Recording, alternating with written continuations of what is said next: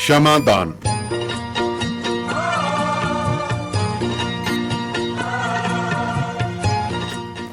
Radio Punjab today सुनने वाले तमाम ਸਰੋਤਿਆਂ ਨੂੰ ਮੇਰੇ ਵੱਲੋਂ ਯਾਨੀ ਕਿ ਸਵਰਨ ਸਿੰਘ ਦਾਨੇਵਾਲੀਆ ਤੇ ਸਰਦਾਰ ਬਖਤੌਰ ਸਿੰਘ ਢਿੱਲੋਂ ਵੱਲੋਂ ਪਿਆਰ ਭਰੀ ਸਤਿ ਸ਼੍ਰੀ ਅਕਾਲ, ਖੁਸ਼ਾਮਦੀਦ। ਅੱਜ ਦਿਨ ਹੈ ਜੀ ਮੰਗਲਵਾਰ, ਤਰੀਕ ਹੈ 5 ਮਈ, ਸ਼ਾਮ ਦੇ 5:30 ਹੋਏ ਨੇ। ਤੁਸੀਂ ਇਸ ਵਕਤ ਰੇਡੀਓ ਪੰਜਾਬ ਟੁਡੇ ਦੇ ਬਠਿੰਡਾ ਸਟੂਡੀਓ ਤੋਂ ਲਾਈਵ ਜੁੜੇ ਹੋਏ ਹੋ। ਇਹ ਪ੍ਰੋਗਰਾਮ ਤੁਸੀਂ ਸੋਮਵਾਰ ਤੋਂ ਲੈ ਕੇ ਸ਼ੁੱਕਰਵਾਰ ਸ਼ਾਮ ਨੂੰ 5:30 ਤੇ ਲਾਈਵ ਸੁਣਦੇ ਹੋ। ਫਿਰ 9:30 ਵਜੇ ਇਸ ਦਾ ਮੁੜ ਪ੍ਰਸਾਰਨ ਹੁੰਦਾ ਅਤੇ ਅਗਲੀ ਸਵੇਰ 4:30 ਵਜੇ ਇਸ ਦਾ ਮੁੜ ਪ੍ਰਸਾਰਨ ਹੁੰਦਾ। ਇਸ ਤੋਂ ਬਿਨਾਂ ਤੁਸੀਂ YouTube ਚੈਨਲ ਦੇ ਉੱਤੇ, ਰੇਡੀਓ ਪੰਜਾਬ ਟੁਡੇ ਦੀ YouTube ਚੈਨਲ ਦੇ ਉੱਤੇ ਵੀ ਪ੍ਰੋਗਰਾਮ ਦੇ ਅੰਸ਼ ਜਿਹੜੇ ਨੇ, ਛੋਟੇ ਛੋਟੇ ਅੰਸ਼ ਜਿਹੜੇ ਅਲੱਗ-ਅਲੱਗ ਹੈਗੇ ਨੇ, ਉਹ ਤੁਸੀਂ ਸੁਣ ਸਕਦੇ ਹੋ। ਸੋ ਆਗਾਜ਼ ਕਰਦੇ ਜੀ ਅੱਜ ਦੀਆਂ ਅਹਿਮ ਖਬਰਾਂ ਤੋਂ ਅਤੇ ਫਿਰ ਅੱਗੇ ਚੱਲਦੇ ਹਾਂ।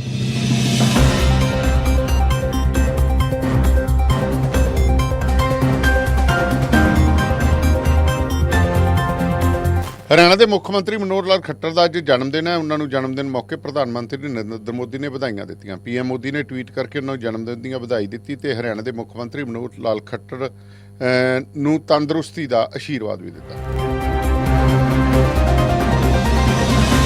ਭਾਰਤੀ ਵਿਗਿਆਨੀਆਂ ਨੇ ਕਰੋਨਾ ਇਨਫੈਕਸ਼ਨ ਦੀ ਤੁਰੰਤ ਜਾਂਚ ਕਰਨ ਲਈ ਈ-ਕੋਵਸੈਸ ਨਾਂ ਦੀ ਇਲੈਕਟ੍ਰੋਕੈਮੀਕਲ ਸੈਂਸਿੰਗ ਡਿਵਾਈਸ ਤਿਆਰ ਕਰਨ ਦਾ ਦਾਅਵਾ ਕੀਤਾ ਹੈ। ਇਹ ਦਾਅਵਾ ਕੀਤਾ ਕਿ ਲਾਰ ਦਾ ਨਮੂਨਾ ਰੱਖਦੇ ਮਸ਼ੀਨ 10 ਤੋਂ 30 ਸਕਿੰਟ 'ਚ ਸਟੀਕ ਨਤੀਜਾ ਦੇ ਸਕਦੀ ਹੈ। National institute of animal biotechnology Hyderabad ਦੀ ਖੋਜ ਟੀਮ 'ਚ ਸ਼ਾਮਲ ਪ੍ਰਮੁੱਖ ਵਿਗਿਆਨੀ ਨੇ ਲਾਰ ਦਾ ਨਮੂਨਾ ਦੱਸਿਆ ਕਿ ਲਾਰ ਦਾ ਨਮੂਨਾ ਰੱਖਦੇ ਹੀ ਇਹ machine corona virus spike protein antigen ਦੀ ਮੌਜੂਦਗੀ ਦਾ ਸਟੀਕ ਸੰਕੇਤ ਦੇ ਦਿੰਦੀ ਹੈ। ਮਸ਼ੀਨ ਦੀ ਮਨਜ਼ੂਰੀ ਲਈ ਸਰਕਾਰ ਨੂੰ ਅਰਜ਼ੀ ਭੇਜ ਦਿੱਤੀ ਗਈ ਹੈ। ਦੱਸ ਦਈਏ ਕਿ ਅਲੀਗੜ੍ਹ UP ਦੀ ਮੂਲ ਨਿਵਾਸੀ ਇੰਸਟੀਚਿਊਟ ਦੀ ਡੀਨ ਡਾਕਟਰ ਸੋਨੂ ਗਾਂਧੀ ਨੇ ਇਹ ਜਾਣਕਾਰੀ ਦਿੱਤੀ ਹੈ ਕਿ ਇਹ ਇਲੈਕਟ੍ਰੋਕੈਮੀਕਲ ਡਿਵਾਈਸ ਕਰੋਨਾ ਵਾਇਰਸ ਦੇ ਰੈਪਿਡ ਡਿਟੈਕਸ਼ਨ ਲਈ ਹੈ, ਜੋ ਜਾਂਚ ਦੌਰਾਨ ਐਂਟੀਜਨ ਐਂਟੀਬਾਡੀਜ਼ ਵਿਚਕਾਰ ਹੋਣ ਵਾਲੀ ਪ੍ਰਤੀਕਿਰਿਆ ਦੇ ਫਲਸਰੂਪ ਪੈਦਾ ਹੁੰਦੇ ਇਲੈਕਟ੍ਰੋਨਿਕ ਚਾਰਜ ਦੇ ਪ੍ਰਵਾਹ 'ਤੇ ਆਧਾਰਿਤ ਹੈ। ਵਾਧਾ ਬਾਜ਼ਾਰ 'ਚ ਸੋਨੇ ਦੀਆਂ ਕੀਮਤਾਂ 'ਚ ਅੱਜ ਲਗਾਤਾਰ ਗਿਰਾਵਟ ਦੇਖਣ ਨੂੰ ਮਿਲ ਰਹੀ ਹੈ। MCX ਐਕਸਚੇਂਜ 'ਤੇ ਮੰਗਲਵਾਰ ਸਵੇਰੇ 9:24 ਤੇ ਸੋਨੇ ਦਾ ਭਾਅ ਕੋਈ 376 ਰੁਪਏ ਦੀ ਗਿਰਾਵਟ ਨਾਲ 45,431 ਰੁਪਏ ਪ੍ਰਤੀ 10 ਗ੍ਰਾਮ ਟ੍ਰੇਡ ਕਰ ਰਿਹਾ ਸੀ। ਉੱਥੇ MCX 'ਤੇ 9:22 ਤੇ ਸੋਨੇ ਦਾ ਭਾਅ 338 ਰੁਪਏ ਗਿਰਾਵਟ ਨਾਲ 45,635 ਰੁਪਏ ਸੀ। ਸੋਨੇ ਦੇ ਨਾਲ ਚਾਂਦੀ ਦੀਆਂ ਵਾਧਾ ਕੀਮਤਾਂ ਵੀ ਮੰਗਲਵਾਰ 'ਚ ਗਿਰਾਵਟ ਦੇਖਣ ਨੂੰ ਮਿਲ ਰਹੀ ਹੈ। ਸੋ ਇਹ 171 ਰੁਪਏ ਦੀ ਗਿਰਾਵਟ ਦੇ ਨਾਲ ਪ੍ਰਤੀ ਕਿਲੋ ਦੇ ਨਾਲ ਟ੍ਰੈਂਡ ਕਰ ਰਹੀ ਹੈ। ਆਲਮੀ ਵਾਧਾ ਭਾਅ 0.25% ਜਾਂ $4.30 ਦੀ ਗਿਰਾਵਟ ਨਾਲ $1,709 ਪ੍ਰਤੀ ਔਂਸ ਤੇ ਟ੍ਰੇਡ ਕਰ ਰਿਹਾ ਜੀ। ਉੱਥੇ ਚਾਂਦੀ ਦਾ ਆਲਮੀ ਭਾਅ ਕੋਮੈਕਸ ਤੇ ਮੰਗਲਵਾਰ ਦੁਪਹਿਰ 0.37% ਜਾਂ $0.05 ਦੀ ਗਿਰਾਵਟ ਨਾਲ $14.85 ਪ੍ਰਤੀ ਔਂਸ ਤੇ ਟ੍ਰੇਡ ਕੀਤਾ ਜਾ ਰਿਹਾ। ਆਲਮੀ ਬਾਜ਼ਾਰ 'ਚ ਹੋਰ ਕੀਮਤਾਂ ਧਾਤਾਂ ਦੀ ਗੱਲ ਕਰੀਏ ਤਾਂ ਮੰਗਲਵਾਰ ਦੁਪਹਿਰੇ ਪਲਾਟੀਨਮ ਦਾ ਹਾਜ਼ਰ ਭਾਅ 0.01% ਜਾਂ $0.10 ਦੀ ਤੇਜ਼ੀ ਨਾਲ $768.10 ਪ੍ਰਤੀ ਔਂਸ ਤੇ ਟ੍ਰੇਡ ਕੀਤਾ ਜਾ ਰਿਹਾ।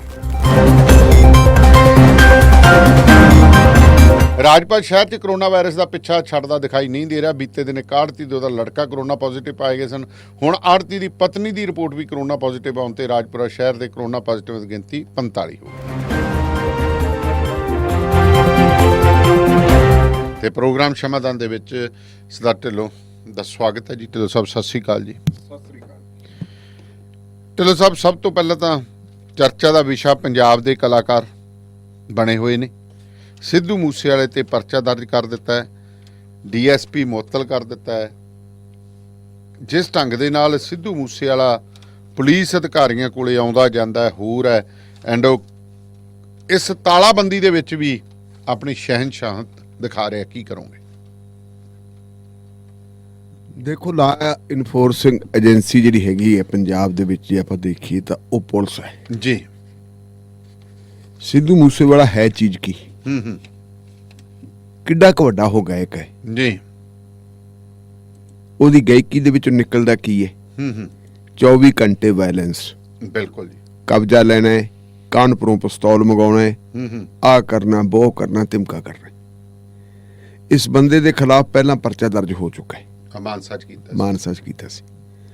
ਲੇਕਿਨ ਬਦਕਿਸਮਤੀ ਹੈ ਕਿ ਪਰਚਾ ਦਰਜ ਹੋਣ ਤੋਂ ਬਾਅਦ ਜੀ ਇਹ ਬੰਦਾ ਕੋਈ ਗੀਤ ਲਿਖਦਾ ਹੈ, ਜੇ ਕਿਸੇ ਬੰਦੇ ਨੇ 100 ਗੀਤ ਮਾੜਾ ਲਿਖਤਾ ਜਾਂ ਗਾਤਾ ਵੀ 100 ਚੂਹੇ ਕਾ ਕੇ ਬਿੱਲੀ ਹੱਜ ਨੂੰ ਗਈ ਤੇ ਵਾਲੀ ਇੱਕ ਅੱਧਾ ਕੋਈ ਚੰਗਾ ਲਿਖ ਦੇਵੇ ਤਾਂ ਉਹਦੇ ਤੋਂ ਉਸ ਬੰਦੇ ਦੀ ਸ਼ਨਾਖਤ ਅਸੀਂ ਇਸ ਕਰਕੇ ਨਹੀਂ ਕਰ ਸਕਦੇ ਕਿ ਇਹ ਸੁਧਰ ਗਿਆ। ਕਹਾਣੀ। ਜੀ ਲੇਕਿਨ ਮੇਰੇ ਲਈ ਤੇ ਪੰਜਾਬੀਆਂ ਲਈ ਇਹ ਬਦਕਿਸਮਤੀ ਵਾਲੀ ਗੱਲ ਹੈ ਕਿ ਪੰਜਾਬ ਦੇ ਡੀਜੀਪੀ ਜੀ ਮਿਸਟਰ ਦਿਨਕਰ ਗੁਪਤਾ, ਜਿਹੜੇ ਬੜੇ ਸਾਊ ਪੁਲਿਸ ਆਫੀਸਰ ਮੰਨੇ ਗਏ ਹੈ, ਜੀ ਜਿਹੜੇ ਬੜੇ ਮਿੱਠ ਬੋਲੜੇ ਹੈ, ਉੱਚੀ ਬੋਲਣ ਨਹੀਂ ਜਾਣਦੇ, ਉਹਨਾਂ ਨੇ ਚੱਕ ਕੇ ਇਹਦਾ ਇੱਕ ਜਿਹੜਾ ਗੀਤ ਹੈ ਉਹ ਟਵੀਟ ਕਰਤਾ। ਜੀ ਕੱਲਾ ਟਵੀਟ ਹੀ ਨਹੀਂ ਕੀਤਾ, ਸ਼ਾਬਾਸ਼ ਵੀ ਦੇਤੀ, ਟਵਿੱਟਰ ਹੈਂਡਲ ਹੈ ਜਿਹੜਾ ਪੰਜਾਬ ਪੁਲਿਸ ਦਾ, ਉਹ ਤੇ ਵੀ ਕਰ। ਉਹਦੇ ਤੇ ਵੀ ਪਾਤਾ। ਹੁਣ ਇੱਕ ਬੰਦੇ ਤੇ ਤੁਸੀਂ ਕੇਸ ਰਜਿਸਟਰ ਕਰ ਰਹੇ ਹੋ, ਉਸੇ ਬੰਦੇ ਦਾ ਮਾਨਸਾ ਦੇ ਕਿਸੇ ਥਾਣੇ 'ਚ ਕੇਸ ਰਜਿਸਟਰ ਹੁੰਦਾ ਹੈ, ਕਰਵਾਉਂਦਾ ਕੌਣ ਹੈ? ਉੱਥੋਂ ਦਾ ਐਸਐਸਪੀ। ਜੀ ਤੇ ਡੀਜੀਪੀ ਉਸ ਬੰਦੇ ਦੇ ਗੀਤ ਨੂੰ ਟਵਿੱਟਰ ਹੈਂਡਲ ਤੇ ਪਾਉਂਦਾ ਹੈ, ਜੀ ਆਪ ਉਹਨੂੰ ਟਵੀਟ ਕਰਦਾ ਹੈ। ਇਹਦੇ ਤੋਂ ਤੁਸੀਂ ਆਪ ਹੀ ਅੰਦਾਜ਼ਾ ਲਾ ਲਓ ਕਿ ਜਿਹੜੇ ਹੇਠਲੇ ਪੁਲਿਸ ਵਾਲੇ ਉਹਨਾਂ ਨੂੰ ਸੰਦੇਸ਼ ਕੀ ਹੈ। ਵੀ ਭਾਈ ਨਹੀਂ, ਬੰਦਾ ਸੰਦੇਸ਼ ਮਤਲਬ ਉਹ ਤਾਂ ਆਟੋਮੈਟਿਕਲੀ ਥੋੜਾ ਜਿਹਾ ਅੰਦਾਜ਼ਾ ਲਾ ਲੈਂਦੇ ਹੈ। ਮੈਂ ਨਾਂ ਨਹੀਂ ਲੈਣਾ ਚਾਹੁੰਦਾ। ਹੁਣ ਕਿਸੇ ਜ਼ਮਾਨੇ ਦੇ ਵਿੱਚ ਇੱਕ ਪੁਲਿਸ ਅਫਸਰ ਦੇ ਨਾਲ ਮੇਰੀ ਵੀ ਸਿੱਖੀ ਸੇਵਕੀ ਥੋੜੀ ਜਿਹੀ ਹੋ ਗਈ, ਜੀ ਤੇ ਇੱਕ ਸਬ ਇੰਸਪੈਕਟਰ ਉਹ ਮੈਨੂੰ ਕਹਿੰਦਾ, ਮੈਨੂੰ ਤੁਸੀਂ ਜੀ ਆਪਦੇ ਥਾਣੇ 'ਚ ਐਸਐਚ ਲਵਾ ਲਓ। ਮੈਂ ਥੋੜਾ ਜਿਹਾ ਪੰਪ ਲੈ ਗਿਆ, ਤੁਹਾਡੀ ਸਾਹਿਬ ਨਾਲ ਬੜੀ ਵਧੀਆ ਹੁੰਦੀ ਕਿਸੇ ਦੀ ਕੋਈ ਬਹੁਤੀ ਨਹੀਂ, ਹਾਂਜੀ ਹਾਂਜੀ, ਕਿਉਂਕਿ ਉਹਨਾਂ ਨੇ ਆਪਣਾ ਸਿਸਟਮ ਚਲਾਉਣਾ ਹੁੰਦਾ ਉਹਨਾਂ ਨੇ ਪਰ ਮੇਰਾ ਜਿਹੜਾ ਉਸ ਵੇਲੇ ਦਾ ਤਜਰਬਾ ਨਹੀਂ ਸੀ। ਮੈਂ ਚਲਾ ਗਿਆ, ਮੈਂ ਕਿਹਾ ਜੀ ਐਂ ਕਰਕੇ ਤੇ ਆ ਫਲਾਨਾ ਬੰਦਾ ਹੈ ਤੇ ਇਹਨੂੰ ਐਸਐਚਓ ਲਾ ਦਿਓ ਤੁਸੀਂ ਮੇਰੇ ਥਾਣੇ 'ਚ। ਉਹ ਅਫਸਰ ਮੈਨੂੰ ਕਹਿੰਦਾ ਕੀ ਕਰਾਉਂਗੇ ਇਹਦੇ ਤੋਂ? ਤੁਸੀਂ ਐਸਐਚਓ ਤੋਂ ਕੀ ਕਰਵਾਉਣਾ? ਮੈਂ ਕਿਹਾ ਜੀ ਕਈ ਵਾਰੀ ਕੰਮ ਧੰਦੇ ਪੈ ਜਾਂਦੇ ਹੈ। ਉਹ ਕਹਿੰਦਾ ਮੇਰੇ ਨਾਲ ਨਹੀਂ ਸਰਦਾ। ਮੈਂ ਕਿਹਾ ਕੀ ਗੱਲ ਹੈ? ਕਹਿੰਦਾ ਤੂੰ ਦਫ਼ਤਰ ਆ ਗਿਆ, ਮੇਰੀ ਚਾਹ ਦਾ ਕੱਪ ਪੀ ਕੇ ਚਲਾ ਗਿਆ। ਇਸ ਚਾਹ ਦੇ ਕੱਪ ਪੀਣ ਦਾ ਸੁਨੇਹਾ ਧੁਰ ਭਗਤੇ ਤੱਕ ਪਹੁੰਚ ਗਿਆ ਜੀ, ਤੇ ਉਦੋਂ ਮਾਨਸਾ ਜ਼ਿਲ੍ਹਾ ਬਣਿਆ ਨਹੀਂ ਸੀ। ਤੇ ਪਰਲੇ ਪਾਸੇ ਸਿਰੇ ਤੇ ਕਹਿੰਦਾ ਸਾਡੇ ਬਰੇਟਾ ਥਾਣਾ ਹੈ, ਸਿਰੇ ਵਾਲਾ ਉੱਥੇ ਤੱਕ ਪਹੁੰਚ ਗਿਆ। ਸਭ ਨੂੰ ਪਤਾ ਲੱਗ ਗਿਆ ਵੀ ਤੂੰ ਭਾਈ ਮੇਰੇ ਕੋਲ ਚਾਹ ਦਾ ਕੱਪ ਪੀ ਕੇ ਗਿਆ। ਐਸਐਸਪੀ ਕਿਸੇ ਬੰਦੇ ਨੂੰ ਚਾਹ ਦਾ ਕੱਪ ਪਿਆਉਂਦਾ ਹੈ ਤਾਂ ਪੂਰੀ ਨੇੜਤਾ ਵਾਲਾ ਹੁੰਦਾ ਹੈ। ਉਸ ਵਕਤ ਉਦੋਂ ਤਾਂ ਘੱਟ ਹੀ ਪਿਆਉਂਦੇ ਸੀ। ਹਾਂ, ਇਹ 90 ਦੀ ਗੱਲ ਹੈ। ਹੁਣ ਤਾਂ ਹਰੇਕ ਹੀ ਪਿਆ ਦਿੰਦਾ। ਹਾਂ, ਉਹ ਕਹਿੰਦੇ ਵੀ ਉਦੋਂ ਮਤਲਬ ਜਿਹੜਾ ਉਹ ਕਹਿੰਦਾ ਵੀ ਇਹਦਾ ਮਤਲਬ ਹੈ ਕਿ ਸਾਡੀ ਪੁਲਿਸ ਦੇ ਵਿੱਚ ਐਨ ਤੁਸੀਂ ਸਾਹ ਚੱਲ ਲੈਂਦੇ ਹੋ, ਨੀਮਾ ਲੈਂਦੇ ਹੋ, ਕੀ ਲੈਂਦੇ, ਇਹ ਸਾਰੀ ਗੱਲ ਥੱਲੇ ਤੱਕ ਪਹੁੰਚ ਜਾਂਦੀ ਹੈ। ਜੀ, ਜਿਹੜਾ ਤੂੰ ਥਾਣੇ ਜਾਏਗਾ ਆਪਦਾ ਕੰਮ ਕਹੇਗਾ ਤੇ ਤੇਰਾ ਥਾਣੇਦਾਰ ਮੋੜੂਗਾ ਕਿਹੜਾ?